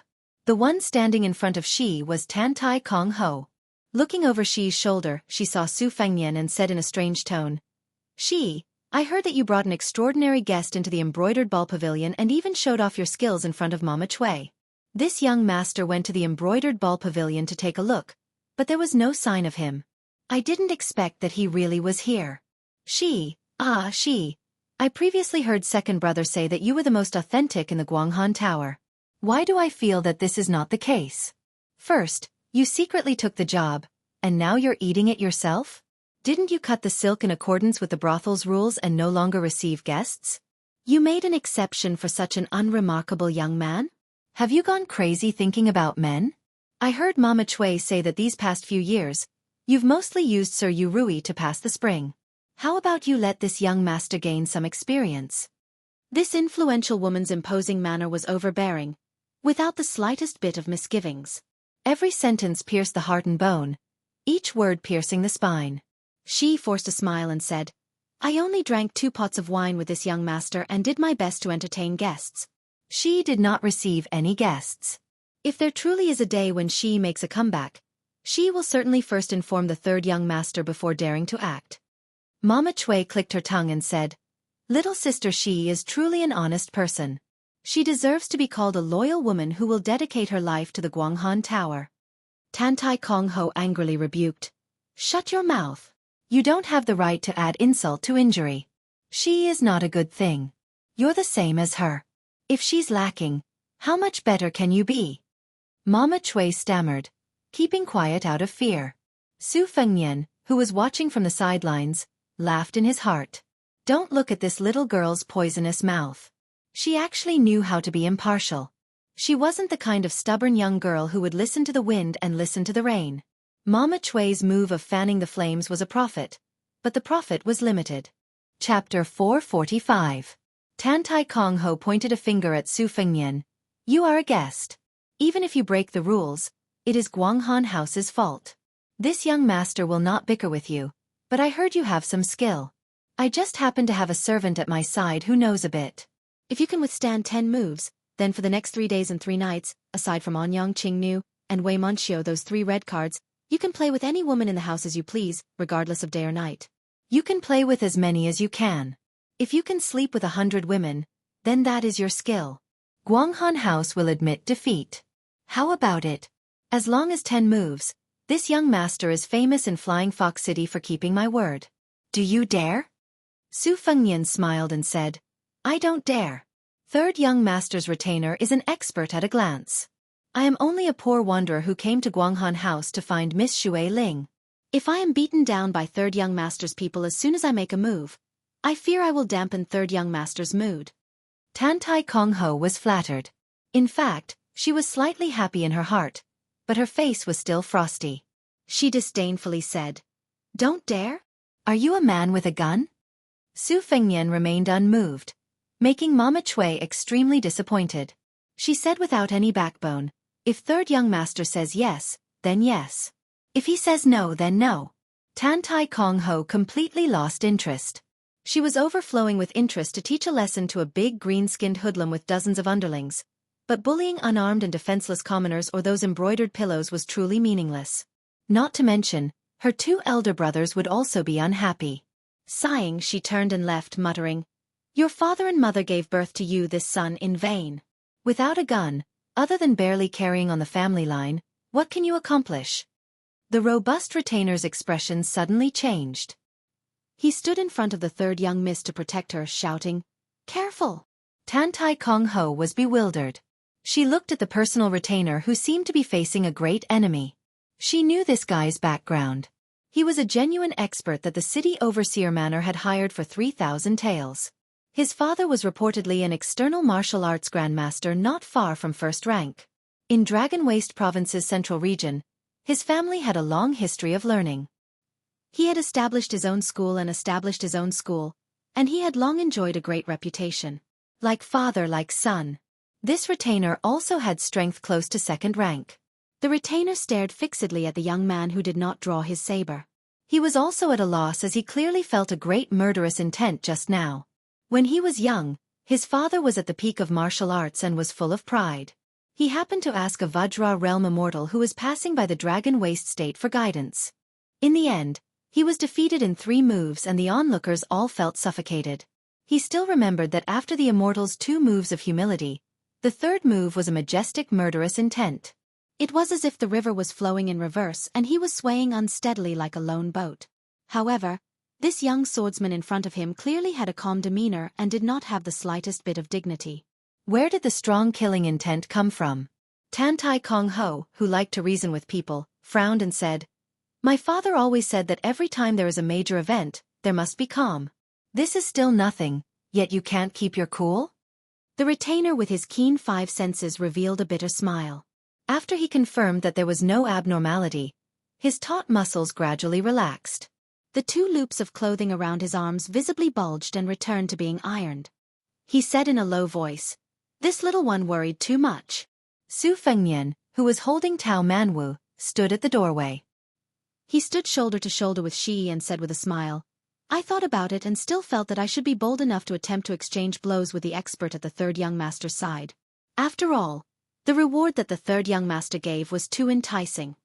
Tan Tai Kong Ho glared at the retainer and angrily said, "Look at you.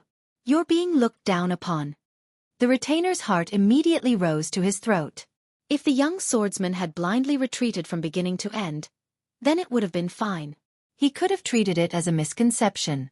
However, this fellow had played a trick of retreating first and then advancing.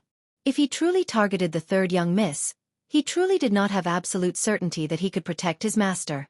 It did not matter if he was defeated. At most, it would damage the prestige of his father's sect. However, if he allowed the 3rd young miss to receive the slightest injury, with the city overseer's mansion's city overseer's protectiveness and the 2 young masters' pampering, he would no longer be able to mingle around in Flying Fox City. Taking a deep breath, the sturdy retainer narrowed his eyes and said, "Exchanging blows is fine. Young master, please find a spacious courtyard with me. It will also be convenient for you and me to exchange blows to our heart's content. We won't have to be afraid of bumping into things inside the building and injuring unrelated people. How about it?" Su Fengnian nodded and said, "Okay." She lightly stepped on his foot, her eyes full of anxiety. Su Fengnian hugged Tao Manwu with one hand. His other hand stealthily extended and lightly patted Shi's buttocks. Shi's figure was somewhat thin. In fact, the places that should have been round and perky were not missing a single point. Her body trembled, and her pair of beautiful limpid eyes widened. Fortunately, everyone, including Tan Tai Kong Ho, was attracted by his face. They did not notice this big pervert who had the guts to take advantage of her. If this was seen by the lawless Tan Tai Kong Ho, they reckoned that she would certainly sigh in admiration. This was the real deal, having a calm demeanor whenever something big happened. Su Fengnian handed Tao Manwu over to Shi, who was painstakingly hiding her shame and indignation. He softly said, "Let Taozi stay with you for now. It's not good to let a child see fighting and killing." She silently took the little girl. However, it was not tender feelings, but rather a murderous look. Su Fengnian did not pay attention to her. He made a shushing gesture towards Tao Manwu. The little girl was worthy of being called telepathic. She nodded. Mama Chui could not suppress the ecstasy in her heart. This young man did not know when to advance or retreat. Did he really want to sleep with 100 girls in Guanghan House? But the retainers at the 3rd young master's side had frightening skills. Several dozen ruffians simply could not get close to them. You, a young man with a physique only slightly better than a weak scholar, wanted to withstand 10 moves. If you were lucky enough to survive, you would have to lie in bed for several months. Even if the girls took off their clothes and swayed in front of you, would you be able to get up from your crotch?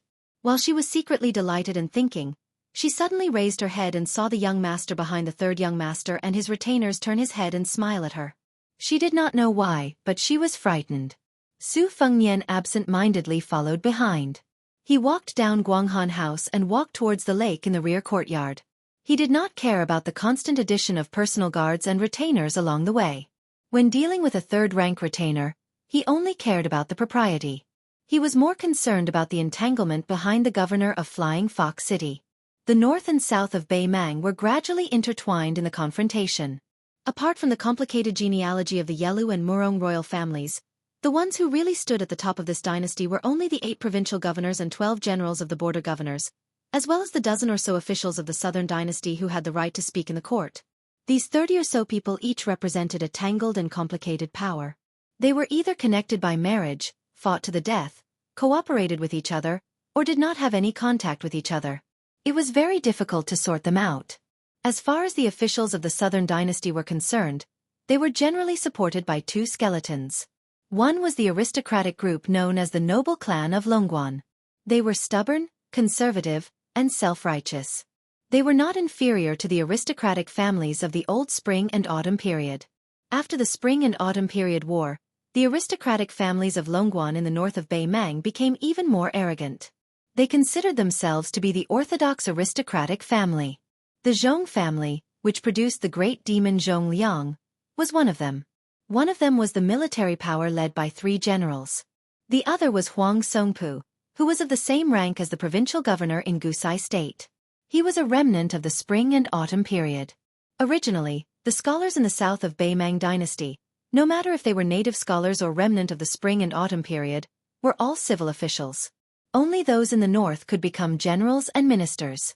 It was the amazing Huang Songpu who took the lead.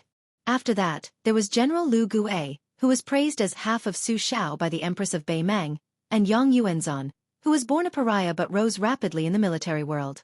These 3 generals with outstanding military achievements were almost all piled up in the straight line to the north of Gusai State. It could be seen that Bei Mang attached great importance to the Western Front. The governor of Flying Fox City, Tantai Jinyu, was the legitimate son of the great aristocratic Tantai family in Longguan. He had a tradition of marriage with another aristocratic family, the Yuan family, which had lasted for 500 years. Everyone in the Liang dynasty knew that there was a saying of scholars migrating north. There were 2 torrents. One flowed into the group of scholars in Jiangnan, and the other flowed into the furnace of the old aristocratic families in the north. What they didn't know was that there was an even larger group of scholars that were fleeing north. They were like carps crossing the river into the Bei Mang dynasty. Other than those who couldn't acclimatize and died young, most of them started to integrate into the Bei Mang dynasty. This was especially true for the officials of the southern dynasty, who started to stand out. The 3 generals, Huang, Lu and Yang, were among the outstanding ones. There were also many remnant of the Spring and Autumn period scholars who relied on their true abilities to occupy important positions in the officials of the southern dynasty. These people lost their country and families, and left their homes. As long as they were alive, there wasn't a day that they didn't want to go south. What was the first obstacle to going south?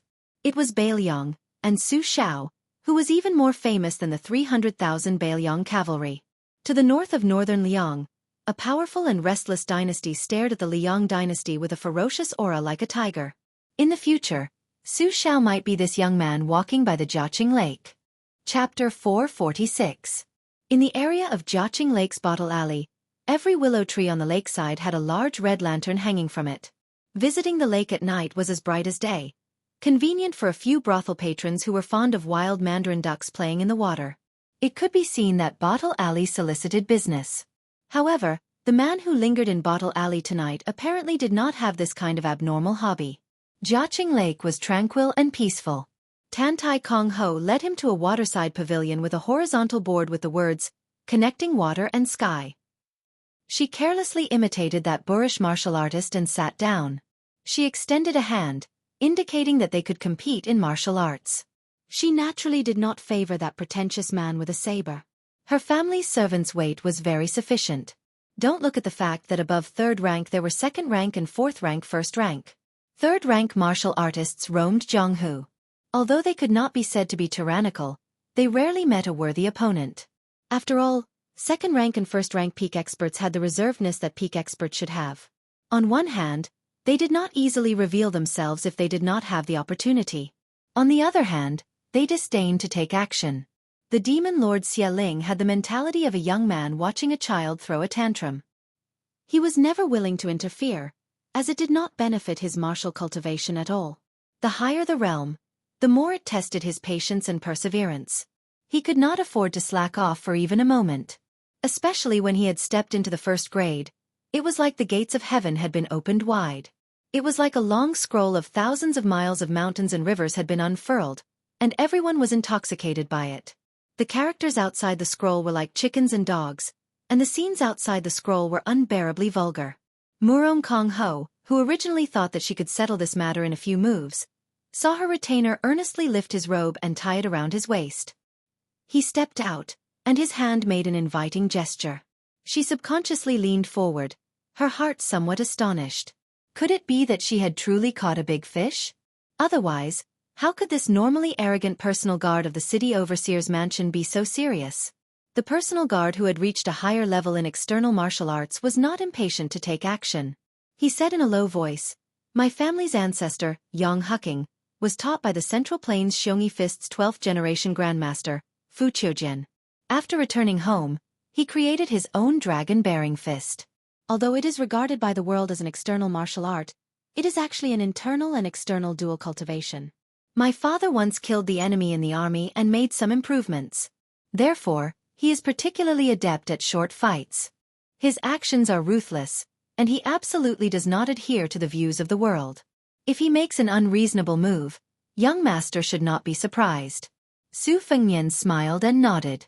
Just like him, he stepped forward and stretched out his hand, treating him with respect. The impatient Tantai Kong Ho rolled her eyes. This young Dianqing was truly fussy. Finishing a few moves was enough to finish the job, yet he insisted on being so serious.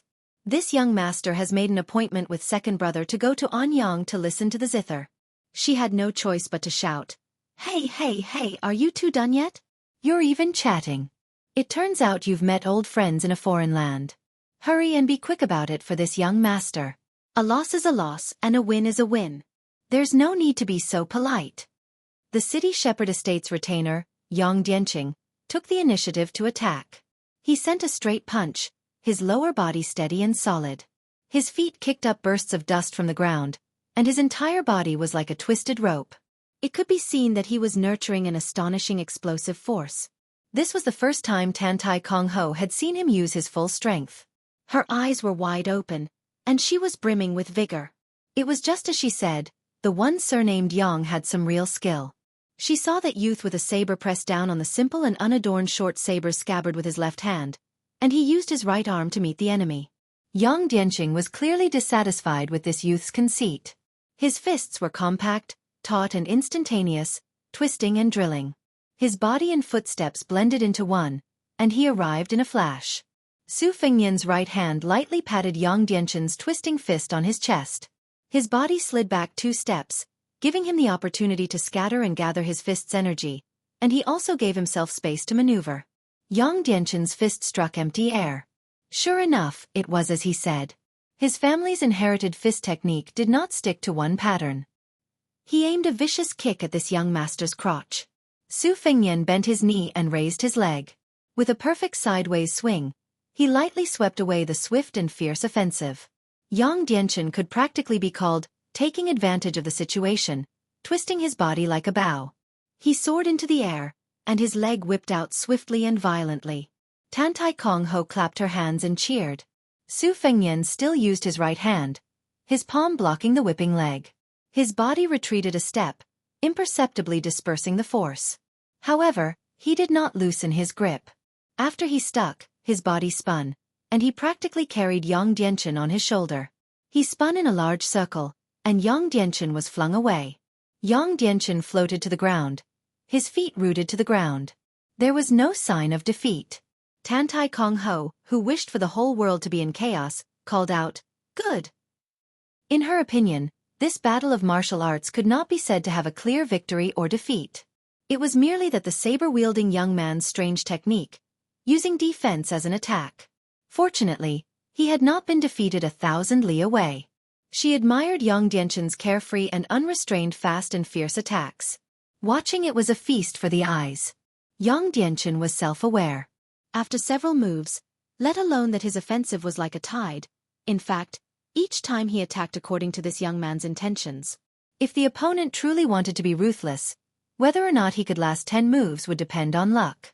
Just as he was about to grit his teeth and use the killing move of the dragon manifestation fist, a mellow voice that was no different from the sounds of nature entered his ears. Don't fight, don't fight. Under the moonlight, the two of you are both experts. Heroes should appreciate each other. Fighting with your lives on the line will only spoil the scenery. Kong Ho, if you continue to cause trouble, second brother will not accompany you to listen to the zither. Su Fengnian and Yang Dianchen looked at each other and smiled knowingly. They both withdrew their hands, and the latter cupped his fist in gratitude. With Yang Dianchen's status as the city overseer's mansion's guest, it could be considered giving this saber-wielding young man enough face. Su Fengnian was all too clear about the many customs of these martial artists. For Yang Dianchen, who had both a backer and a family background, to be able to reach this step was not easy at all. He also meticulously cupped his fist in return. That's it? Tantai Kong Ho, who finally had something to watch, was clearly very dissatisfied. Her eyes widened, and she indignantly looked at the white-robed hedonistic young man carrying the birdcage. She shouted, "Second brother! What's wrong with you? You're helping an outsider, and you won't even allow me to find some fun. In the end, are you really my second brother? I was actually picked up by father and mother, so you don't feel sorry for me at all, right?" The white-robed young man wore a smile as he stood by the lakeside.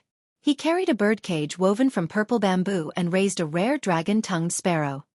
He was approximately 25 or 26 years old, and his face was like a crown of jade. He was extremely handsome, and his appearance could make a young lady scream. Compared to His Royal Highness's true appearance, it was somewhat lacking. However, compared to the current Su Fengnian who wore his face, it was much more outstanding.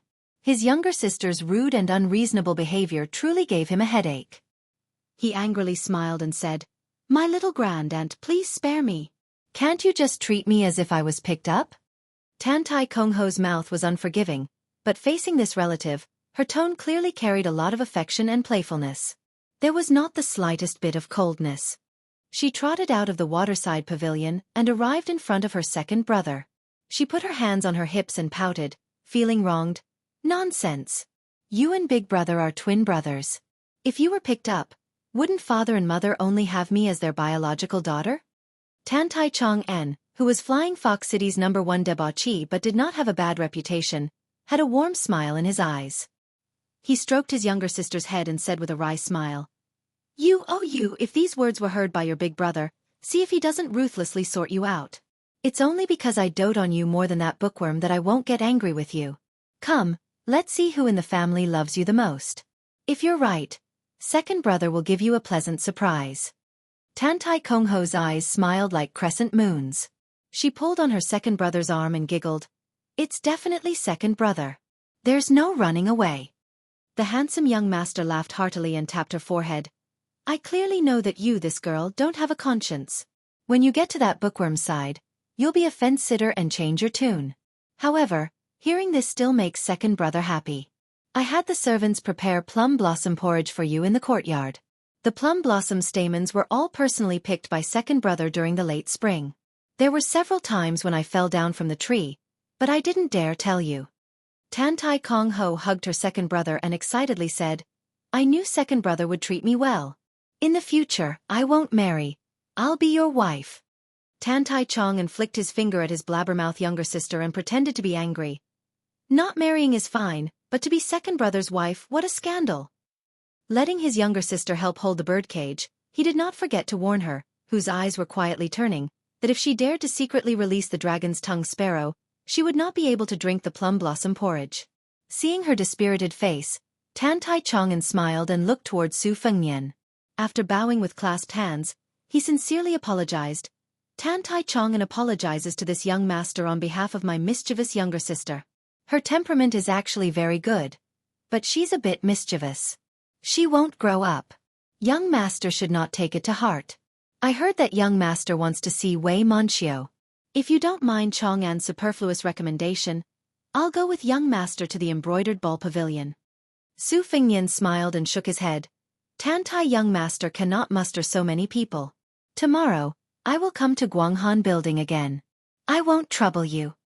Tantai Kong Ho curled her lips and said, You really don't know what's good for you. Seeing Tantai Chong and turn his head and stare, she stuck out her tongue and stretched out her finger to tease the dragon's tongue sparrow that was more vivid than a high-grade parrot. As soon as she said that the third young master's martial arts were matchless, the sparrow followed suit. Sure enough, its voice was exactly the same as a real person. The childlike Tantai Kong Ho could not help but laugh. Su Fengnian softly laughed and said, Good bird. The sharp-eared Tantai Chong, and unexpectedly shyly looked towards his own crotch. His face was full of emotion as if 1,000 cups of wine were too few to drink with a bosom friend. Young master has a discerning eye. Let's go.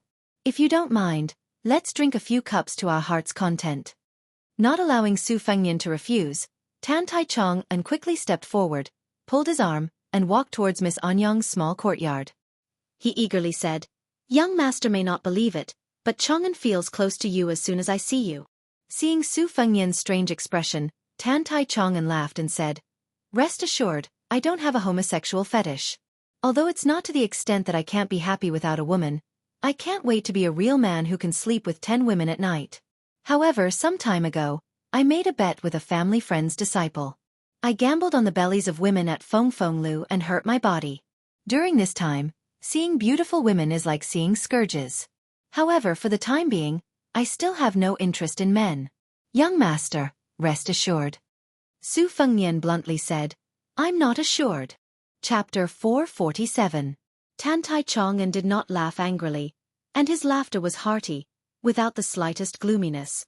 This playboy, who was known for his frivolity, seemed to have a natural intimacy. It's easy to deal with honest people. Then I'll go with the flow and say things first, saving young master from thinking too much. If Chang'an likes someone, as long as he doesn't have bad intentions, even if he punches me or scolds me, it's a good thing. I may have a bad face at the moment, but I will certainly regret it afterwards. If young master really becomes Tantai Chang'an's bosom friend, please forgive me. Su Fengnian followed him into the secluded courtyard where the tea cooled down and changed to hot tea. He bluntly said, Isn't second young master's bosom friend too worthless? You want to make friends with whoever you see? Tantai Chang'an, who had been holding on to Su Fengnian, turned his head with a hurt expression. Tantai Kong Ho slapped her forehead. Having such an unscrupulous second brother was really a disgrace. However, she did not feel that her second brother, who came from an aristocratic family, associated with a poor and pedantic person, even calling him brother was inappropriate. What's more, this outsider with a saber did not look ugly. In terms of martial arts, he was able to tie with Yang Dianchen at a young age. If he fell into second brother's hands, he would be dragged to drink and chat nonsense. If he was seen by eldest brother, who cherished talent like his own life, he would be invited back to the city overseer's mansion to be enshrined as a bodhisattva. Young Lady Anyang was like what Su Fengnian had seen from the window on the second floor. She was a plump and fair-skinned beauty. She was dressed in brocade, which set her off like a pampered noblewoman. Such a graceful woman could very well arouse the love and desire of influential men. Boys were born with ambition from poverty, and women were born with temperament from wealth. This was a very real truth. The most famous courtesans of the Liang dynasty were the imperial concubine Jie Yu of the fallen Spring and Autumn dynasty. However, after 20 years, she had already become a swan song. She could not be encountered nor sought. The second type was a woman from an official's family who had been convicted and demoted. The third type was Qing Ling, who entered the brothel from childhood and was carefully cultivated, slowly growing into a courtesan.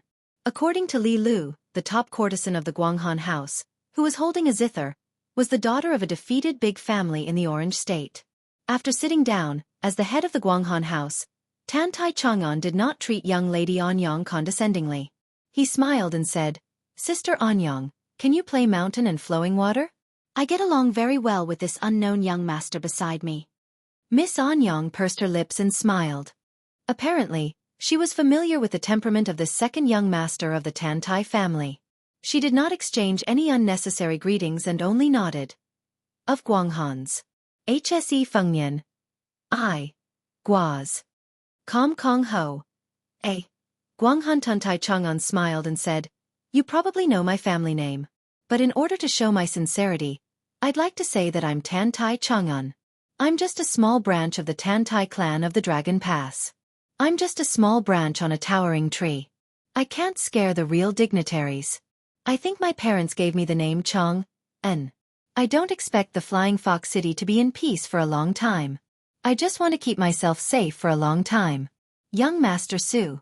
Do I look like a guy with great ambition? I'm just pretending to deceive those ambitious girls who won't marry unless they're officials or generals. However, my foundation is not good enough. I'm much worse than my elder brother. Hey, Sister Anyong. Play your zither well. Don't bully me even though I don't know zither. I can tell that you're distracted. You're one of the girls I mentioned." Su Fengnian didn't know whether to laugh or cry. He was more sensitive to danger than the little girl Tao Manwu who had telepathy. Unless Tantai Chang'an was an expert above the Vajra realm, he was really an interesting guy who didn't have any evil intentions. However, judging from his appearance and footsteps, he was obviously an ordinary playboy who was hollowed out by wine and women. If he pretended to cover up, Su Fengnian would be in serious trouble no matter whether he entered this yard or not, whether in terms of scheming or cultivation. So, Su Fengnian decided to take things as they came. Observing qi was a necessary skill to travel in Jianghu. As for whether it was wrong, it depended on the level of both sides. A martial arts expert was like a rich man who didn't lack money. How could he be a real rich man if he wore a thumb-thick gold necklace or a string of copper coins on his body? When he was as rich as a country, he mostly hid gold in his sleeves. Once the qi movement was restrained, unless one was 2 realms higher and looked at it from top to bottom, it would be difficult to detect it accurately. For example, the jadeite between Miss Anyong's plump breasts was originally an inconspicuous type of gemstone, but because of the jadeite's unique advantages in stone gambling, it became popular. To a large extent, jadeite collectors were not interested in the jadeite itself, but the gambling process of peeling off the stone's skin, which was very moving. It was the same for masters.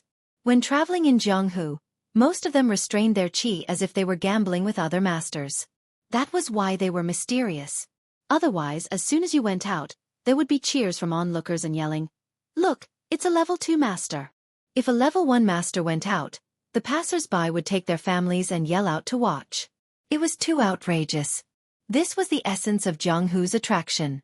It could make you fail miserably, but it could also make you famous by stepping on others. If one reached the celestial state that resonated with heaven and earth, it was another story. Not to mention the first 3 realms of level 1, even earth immortals of the 4th realm could be identified. However, like the saints of the 3 sects, they hid their strength and bided their time. It was difficult to judge them with common sense. This was also the reason why the old Taoist Zhao Xuansu of Longhu Mountain could successively deceive the 2 sword immortals, Li Chungang and Dong Tai. The rest of the martial artists who proved their Tao with strength couldn't escape the celestial eye. Wang Xianji, who was the strongest in the world, and Tuoba, who was close behind, were said to be able to kill the other 8 people on the list once they joined forces. They didn't need any celestial phenomenon at all. Any martial artist could feel the terrifying aura emitted by these 2 gods. No matter who they faced, they could crush them. Even if they were earth immortals, they would be killed by pure strength. Tan Tai Chong, really spared no effort to play wholeheartedly. Listening to the zither, he glanced at his sister who was happily drinking the plum blossom porridge cooked by him. He took a sip of wine and squinted, saying, "You must be joking. My ambition is to be a teacher in a rural private school. I serve the disobedient boys with a feather duster, but I'm more lenient with the girls. I don't have a bad idea, but I just think about how they will look when they grow up. They will be slender and elegant, get married, help their husbands and raise their children. I don't know why I feel happy when I think about it." Su Fengnian said calmly, "How many times have I told my friends about this ambition?" Tantai Chang'an said innocently, "It's up to you to believe it or not. I really only told you about it." Su Fengnian couldn't help but cast a sidelong glance. "Tantai Chang'an, when you were picking plum blossoms, you fell and damaged your brain?" Tantai Kong Ho, who was drinking porridge but listening to the conversation, spat out a mouthful of porridge. She gave a thumbs up and said with a smile, Su Chi well said. Tantai Chang'an rolled his eyes and said, Great aunt, who just scolded me for helping outsiders. Should I scold you back a few times? In a war of words, who has your second brother lost to? Tantai Kong Ho made a face. Looking at that youth with a saber, he was much more pleasing to the eye. At least her second brother had innumerable friends. But those who dared to say that her second brother's brain was damaged could be counted on one's fingers. Besides, she hadn't known this wanderer for long. This straightforward courage and insight was to the liking of her City Lord Mansion's third young master. It was no different from this bowl of plum blossom porridge. Wasn't this the so-called no discord, no concord? She leisurely ate the plum blossom porridge, her mood very good. Tantai Chang'an asked, Su Chi, what is your ambition? I see that your martial arts aren't bad. Do you want to be like Hong Jingyan, a martial artist revered by tens of thousands of people? Or do you want to be like Luo Yang, a devil with no misgivings? Or perhaps even more ambitious, to be like our Beimang's god of war, the only one in 100 years who can be called an indomitable dynasty? Su Fengnian thought for a moment and said calmly, I don't have that much ambition. I'm just thinking that there will be a day when my old man really dies of old age, so I can leave with some peace of mind. Murong Kong Ho seemed to recall her own words on the 4th floor. She didn't care whether this Su Chi could hear her or not. She softly whispered, I'm sorry, Su Chi. I only spoke casually in Guanghan Building. Tantai Chang'an was silent for the first time. After a long time, he raised his cup and softly said, Very good. Your ambition is a bit bigger than mine. I don't like those fellows who keep on talking about helping the people. There are too many of these people in Flying Fox City. Many of my friends are the same. They always look high and far away, but they don't care about their feet. They don't travel far when their parents are healthy. They don't understand. Seeing Su Fengnian's gaze cast over, Tantai Chang'an awkwardly smiled and said, As long as you understand what I mean, it's fine. I didn't say that you were wrong. I'm ignorant and incompetent. With great difficulty, I remember some principles, so I blindly opened my mouth. Su Fengnian smiled. Chapter 448. Tantai Chang'an laughed heartily as if he had seen a ghost. Su Chi, you stingy brother are finally willing to give me a smile. Come on, let's drink a cup of wine. Let's have a toast. Su Fengnian raised his glass and drank it up. Because he recalled many past events, he certainly liked the childhood when his mother was still alive. He was carefree and played with 2 sisters who loved him dearly. Even if his mother urged him to study and learn to read more strictly, he was also carefree. He was not afraid even if the sky fell down. His mother had a sword and his father had 300,000 cavalries. He was a child who didn't need to bear anything. What was there to be afraid of? His Highness the Crown Prince did not hate Li Hanlin, who shared the same rotten taste as him, Yen Qiji, who was more like a girl, and Kong Wuqi, who spared no effort to take the lead in getting into trouble. When he thought of something that didn't go his way, he would vent his anger on Su Xiao, pick up a broom, and chase him down. Not to mention in the mansion of the vassal of the dynasty, it was probably an unimaginable absurd scene in any aristocratic family. However, Su Xiao was not angry every time. At first, Su Fengnian did not understand. He just felt that Su Xiao had let his mother down, so he had to be beaten up. If he dared to be angry, he would run to the mausoleum and complain to his mother. When he grew up, it was not that he really wanted to compete with Su Xiao in a dead end. He must have been holding back his resentment before he casually picked up a stool and a broom to chase him away. It was just that it had become natural. Many times, his hands were itchy and convenient. The father and son really did not care about how the world looked at them. Su Fengnian said slowly, Tantai Chang'an, if you didn't lie, your ambition is actually quite good. Tantai Chang'an nodded hard and said, I know you will understand me. Don't say more. Let's have another drink. Su Fengnian rolled his eyes and said, Leave my ass. In order to see Miss Wei and save some money, I drank a whole pot of yellow wine at Sister Shi's place. If I leave again, I'll really have to lie here. Tantai Chang'an drank a cup of wine alone happily and said, You're awesome. Su Chi, you and I have the same taste in women. But no matter how I please her, Sister Shi never lets me into her room, let alone drink in her room.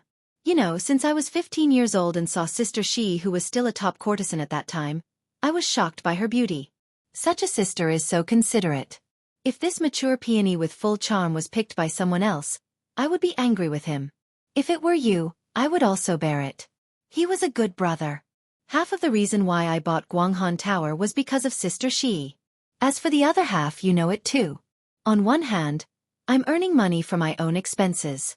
On the other hand, I'm helping my family build some connections. In any case, I'm not doing anything wrong. This is the only thing I've done in my life that makes my father feel comfortable.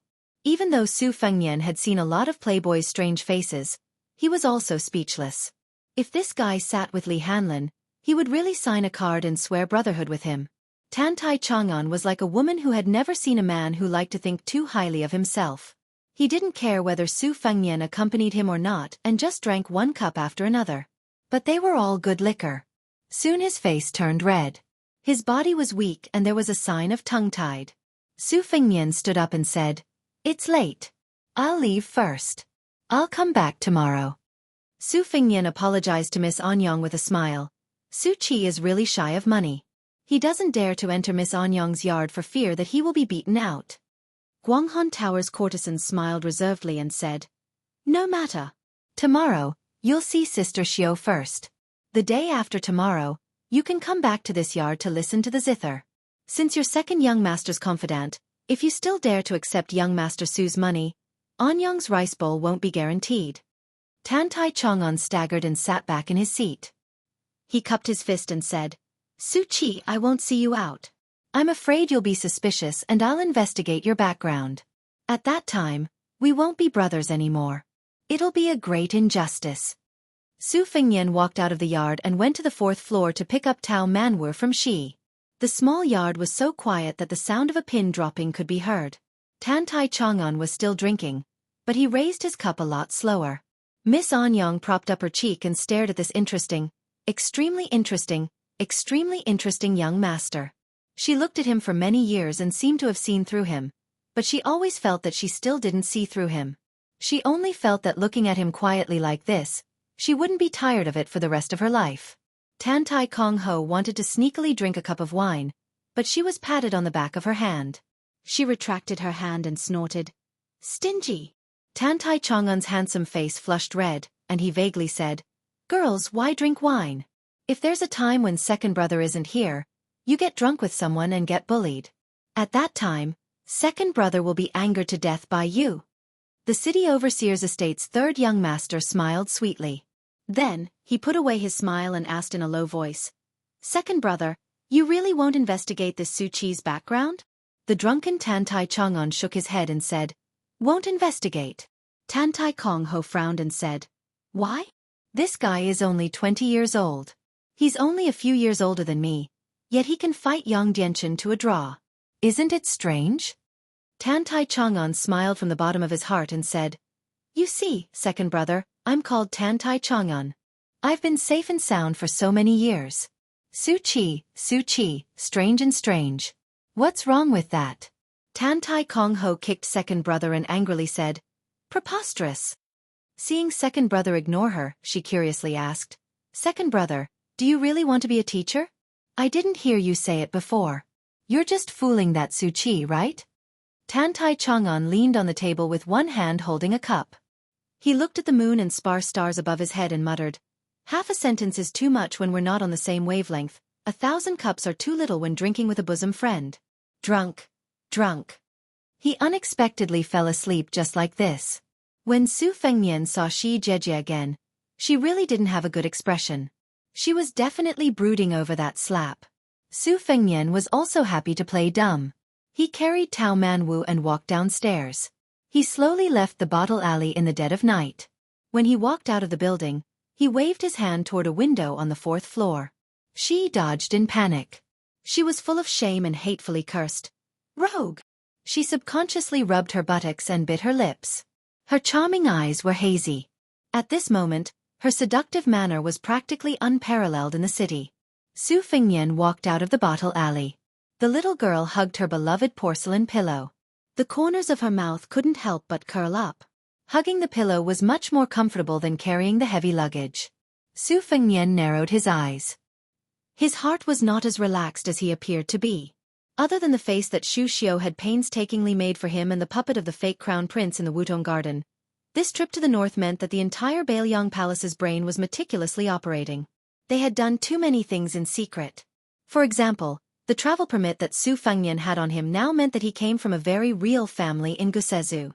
He was the son of a concubine from a family that was in the porcelain business. His Royal Highness had also taken root because of this.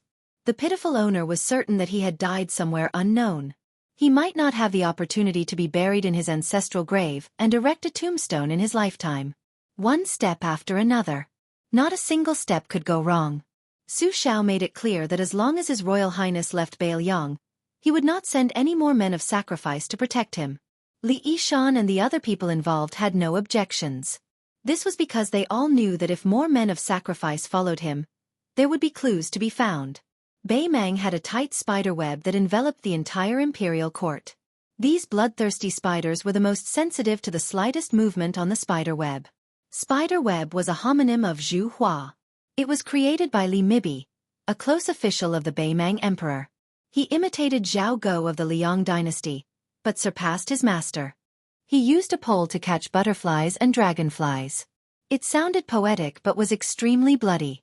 Once someone was stuck on the pole, their head would fall to the ground. Because this shady organization could act first and report later, it showed the trust that the Empress of Bei Mang had in Li Mibi. Therefore, Li Mibi had always been regarded as the ninth shadow edict holder. It was hard to imagine that this powerful executioner had killed several members of the Yelu royal family. Most of the descendants of the Murong family had also died at his hands. 20 years ago, he was just a depressed scholar from the eastern Yuehan tribe. Perhaps it was true that some people were destined to live in seclusion and turn into dragons when faced with wind and rain. Li Yishan once said that the death of Li Mibi was equivalent to cutting off one eye and one arm of the Empress of Bei Mang.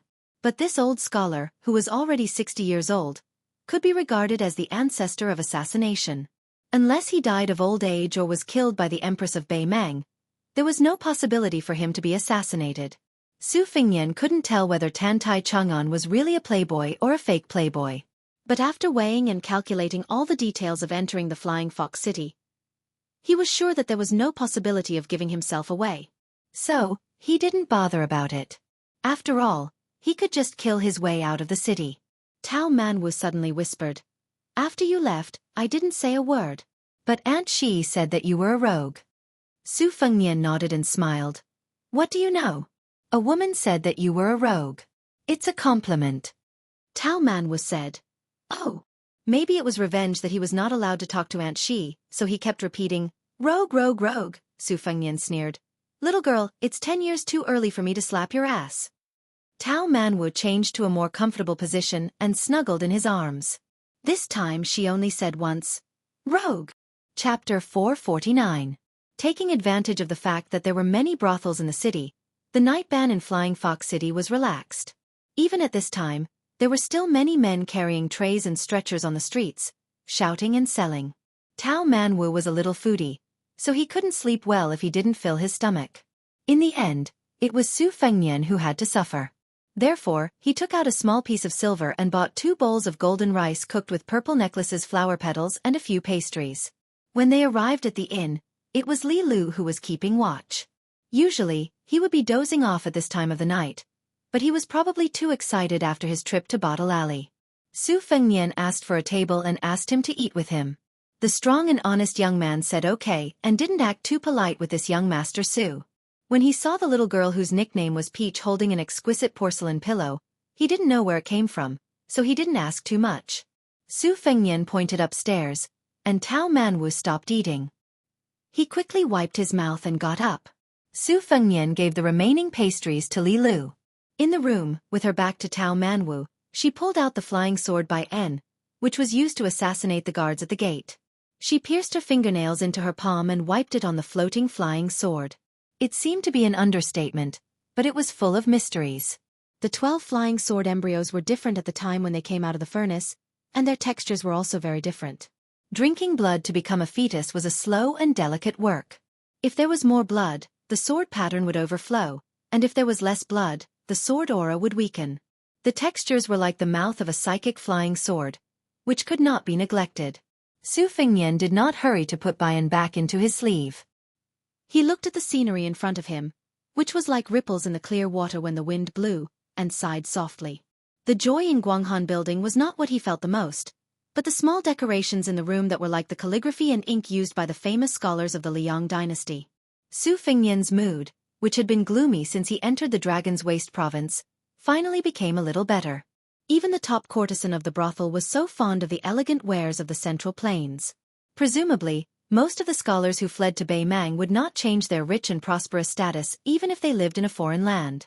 These elegant habits that would revive in times of peace and prosperity would eventually have a subtle influence on the influential class of Bai Mang.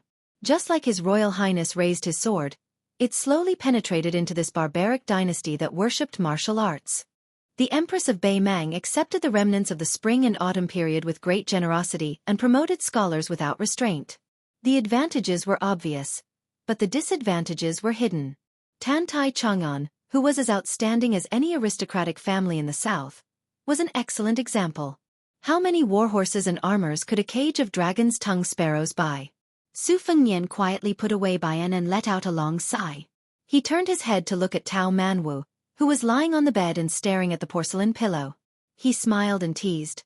"Little money grubber, will you bring a porcelain pillow with you when you leave the city in the future? Won't you be tired?" Tao Manwu said with a firm expression, "I can carry a money bag and hold a porcelain pillow."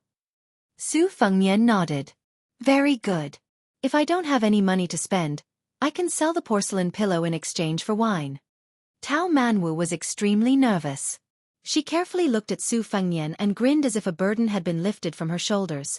Ever since she could remember, the little girl had always felt uneasy about her talent. But at this moment, she was complacent for the first time. Su Fengnian asked curiously, "You can see through people's hearts. Do you even know what they're thinking, or do you only know how to differentiate between good and bad thoughts?" Tao Manwu hesitated for a moment and kept her mouth shut.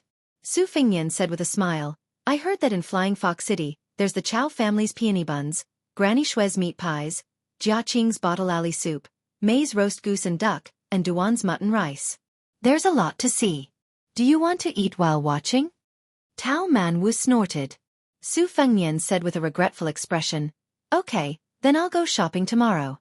You can stay in the inn and hold a porcelain pillow and count the money." The little girl, who could not be swayed by force and could not be swayed by poverty, snorted twice. Su Fengnian could not help but laugh. He extinguished the oil lamp on the table and sat cross-legged on the bed against the wall. He said with a smile, "Go to sleep." The little girl rolled over and took the opportunity to kick him lightly. Su Fengnian ignored her and concentrated. In 2 hours, he still had to raise the flying sword, Huang Tong. Fortunately, the great yellow courtyard could make him half asleep. Raising the sword for 12 hours required him to work hard every 2 hours, so he would not be too tired. In fact, even if he did not have to raise the sword, Su Fengnian did not dare to sleep too deeply. After a while, the little girl, who was used to falling asleep in Su Fengnian's arms, let go of the cold porcelain pillow and slipped into his warm embrace. Soon, she was snoring lightly and fell asleep. Su Fengnian raised the 3 swords one by one. When the sky turned bright, he wrapped Tao Manwu in the quilt and went to sleep. He picked up the spring thunder saber on the bedside and walked to the window to stretch himself. He had a premonition that a storm was coming. It was neither good nor bad, so he did not have to worry about it. After killing Xia Ling to his heart's content, not to mention the benefits brought by the Enlightenment, his mentality and temperament had completely changed. Outside the window, it was drizzling. The pitter-patter of the spring rain was soft and the gentle breeze moistened everything. Tao Manwu slowly woke up and stared at the figure in a daze. This world was naturally different from ordinary people in her eyes. In the little girl's eyes, everyone was shrouded in a layer of brilliance. Most of the people in the marketplace were gray and white. Occasionally, there would be people with varying degrees of green and purple halos. Her father was like a green mountain. Uncle Dong was surrounded by purple air. The dying people were as black as ink. When bad people were full of murderous intent, they would be scarlet and dazzling. A kind-hearted woman like Aunt Shi was warm and yellow inside and outside. Everything in the world was exceptionally splendid in Tao Manwu's eyes. The older she grew, the clearer it became. The young man in front of her was dark purple and mixed with gold. It was the first time she had seen such a scene in her life. Chapter 450. Tao Manwu didn't know that if someone noticed her, she would be regarded as the reincarnation of the living Buddha of Buddhism and the celestial being of Taoism. Unfortunately, Xialing didn't know why he didn't know. If he paid attention to her heart of colorful glass instead of His Royal Highness, she might be able to return to the peak of the finger mystery state. As for whether she would be counterattacked by fate after that, she believed that Xialing, the devil, would not care about it because he was obsessed with killing Luo Yang. Su Fengnian didn't interrupt the little girl's examination behind him. He waited for her to withdraw her gaze before he turned around and said with a smile, "After breakfast, I'll take you to the temple fair." Tao Manwu looked puzzled. She didn't understand why he was so merciful. In her opinion, this bad guy who didn't show his true face was shrewd and unscrupulous. He made her suffer a lot. Why did he change his mind after one night? Su Fengnian chuckled and said, "I've already thought about it. When the time comes, I'll leave Flying Fox City alone. I won't take you, a burden, out of the city. Don't worry, it won't affect your food and clothes. It'll definitely be more comfortable than following me. Since we're still together, I'll pretend to be a good person for a few days so that you won't hate me. I heard that people like you can see through people's hearts. Whenever you can't forget someone, God will definitely echo. I still want to live well. It's not good to be on tenterhooks all day long." The little girl bit her lips and stared at him. She was sure that he wasn't lying and really intended to leave her in Flying Fox City. The little girl, who should have been glad to escape from danger, didn't know how to hide her feelings. She looked gloomy. Su Fengnian didn't add fuel to the fire. He led her downstairs. After eating the stomach-warming breakfast, they walked to Suguan Alley in the west of the city. Along the way, the little girl's face was cold. She didn't look good to Su Fengnian, who had a new cold and ruthless impression. However, the joys and sorrows of a child's experience were like a jug of new wine, with the taste floating above it. It was not like the taste of an adult's old wine, which had settled at the bottom of the wine jug. If one did not drink it all, the spoon would not be clean. Su Fengnian used a stick of sugar-coated haws and a small lacquer box with a spider spinning web to make Tao Manwu happy. The box was named Chi Chiao. It was also an exquisite toy from the Central Plains to Bei Mang. He stored the small spider in the box and observed how dense the web was in the next few days. It was a small item that most women in the spring and autumn period would buy during the Qixi festival. He put a small piece of paper in the box and wrote the name of the man he liked on it. The spider silk was a red rope from the moon god, which was a good sign. If the web was dense and luxuriant, the woman would naturally be happy to see it. Su Fengnian's strides were big. After 2 trips, he was used to all kinds of performances and sales at temple fairs. He disliked the little girl who was walking slowly with her eyes wide open, so he simply let her ride on his neck. Tao Manwu was sulking with this guy, so he didn't care about his ladylike manners and rode on his neck. He put his little head on his big head and didn't even give him a stick of sugar-coated haws to eat. He wanted him to die of hunger. For a while, they watched the simple shadow puppet show, which was about the border war between Liang Mang and Liang Mang. It was reasonable for the generals of Bei Mang, including Huang Songpu, to be sculpted to have a dignified appearance. However, the king of Beiliang, Su Shao, and the little man Chen Jibao were sculpted to be ferocious and ugly, which was very pleasing to the people of Flying Fox City. Su Fengnian laughed it off and didn't wrongly accuse Su Shao. However, Chen Jibao, who was a handsome soldier in white in his prime, was sculpted to be such an unsightly and ugly character, which was unfair to the people of Flying Fox City. The puppeteer played the role of the storyteller. Since the paper characters were the most powerful military officials on the border between the 2 dynasties, they were inseparable from the raging flames of war. This was slightly different from the storytellers in wine shops and tea houses who talked about the events before the war. When it came to deliberately exaggerating the intense war, the audience was unable to take their eyes off it.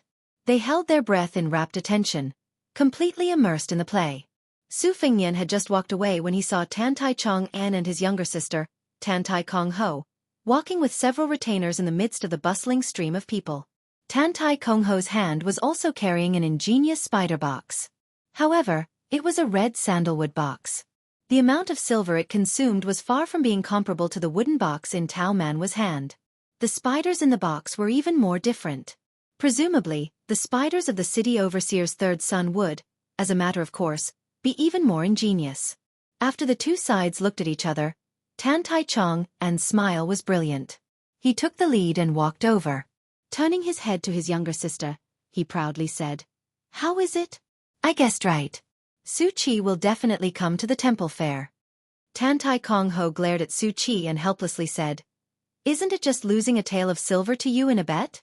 What are you so proud of?" Tan Tai Chong and laughed heartily and said, "Second brother won someone else's 100 taels of gold and won't necessarily be happy. Maybe it's them who are secretly happy. However, earning a copper coin from you is worth being happy." Su Fengnian was even more helpless than Tan Tai Kong Ho. This Flying Fox City's #1 debauchee's second young master was truly a divine strategist. He did not know why, but Su Fengnian truly believed that Tan Tai Chongan was here to wait for the hare and not to have someone spy on him. On one hand, with Su Fengnian's current mysterious 5 senses, he could easily detect special gazes in the surroundings. Moreover, he did not have any ill feelings towards this unscrupulous child who had the ambition to be a countryside teacher. This could not be called a hero sympathizing with each other. It could be considered a debauchee sympathizing with each other.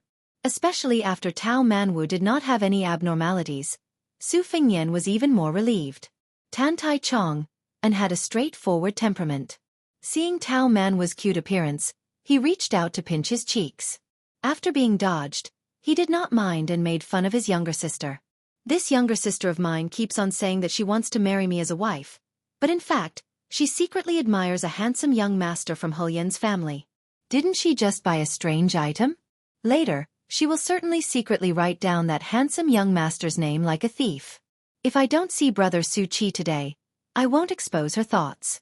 She will climb the wall in the middle of the night to steal that slip of paper and throw it away. I'll let her cry to death in front of a cobweb the next day." The red-faced Tan Tai Kong Ho fiercely stomped on Tan Tai Chong and's foot. The latter felt a burst of pain and sucked in a cold breath. He could only dare to be angry but did not dare to speak to this spoiled younger sister. After strolling around together for an hour, Tan Tai Chong and was pulled away by the impatient Tan Tai Kong Ho. The second young master and Su Fengnian had an appointment to drink at Guanghan House in the evening, and was forcibly dragged away by his younger sister. Looking at this pair of brother and sister who had a harmonious relationship, Su Fengnian stood in place and did not move his feet for a long time. Tao Manwu reached out her small hand and rubbed his brows.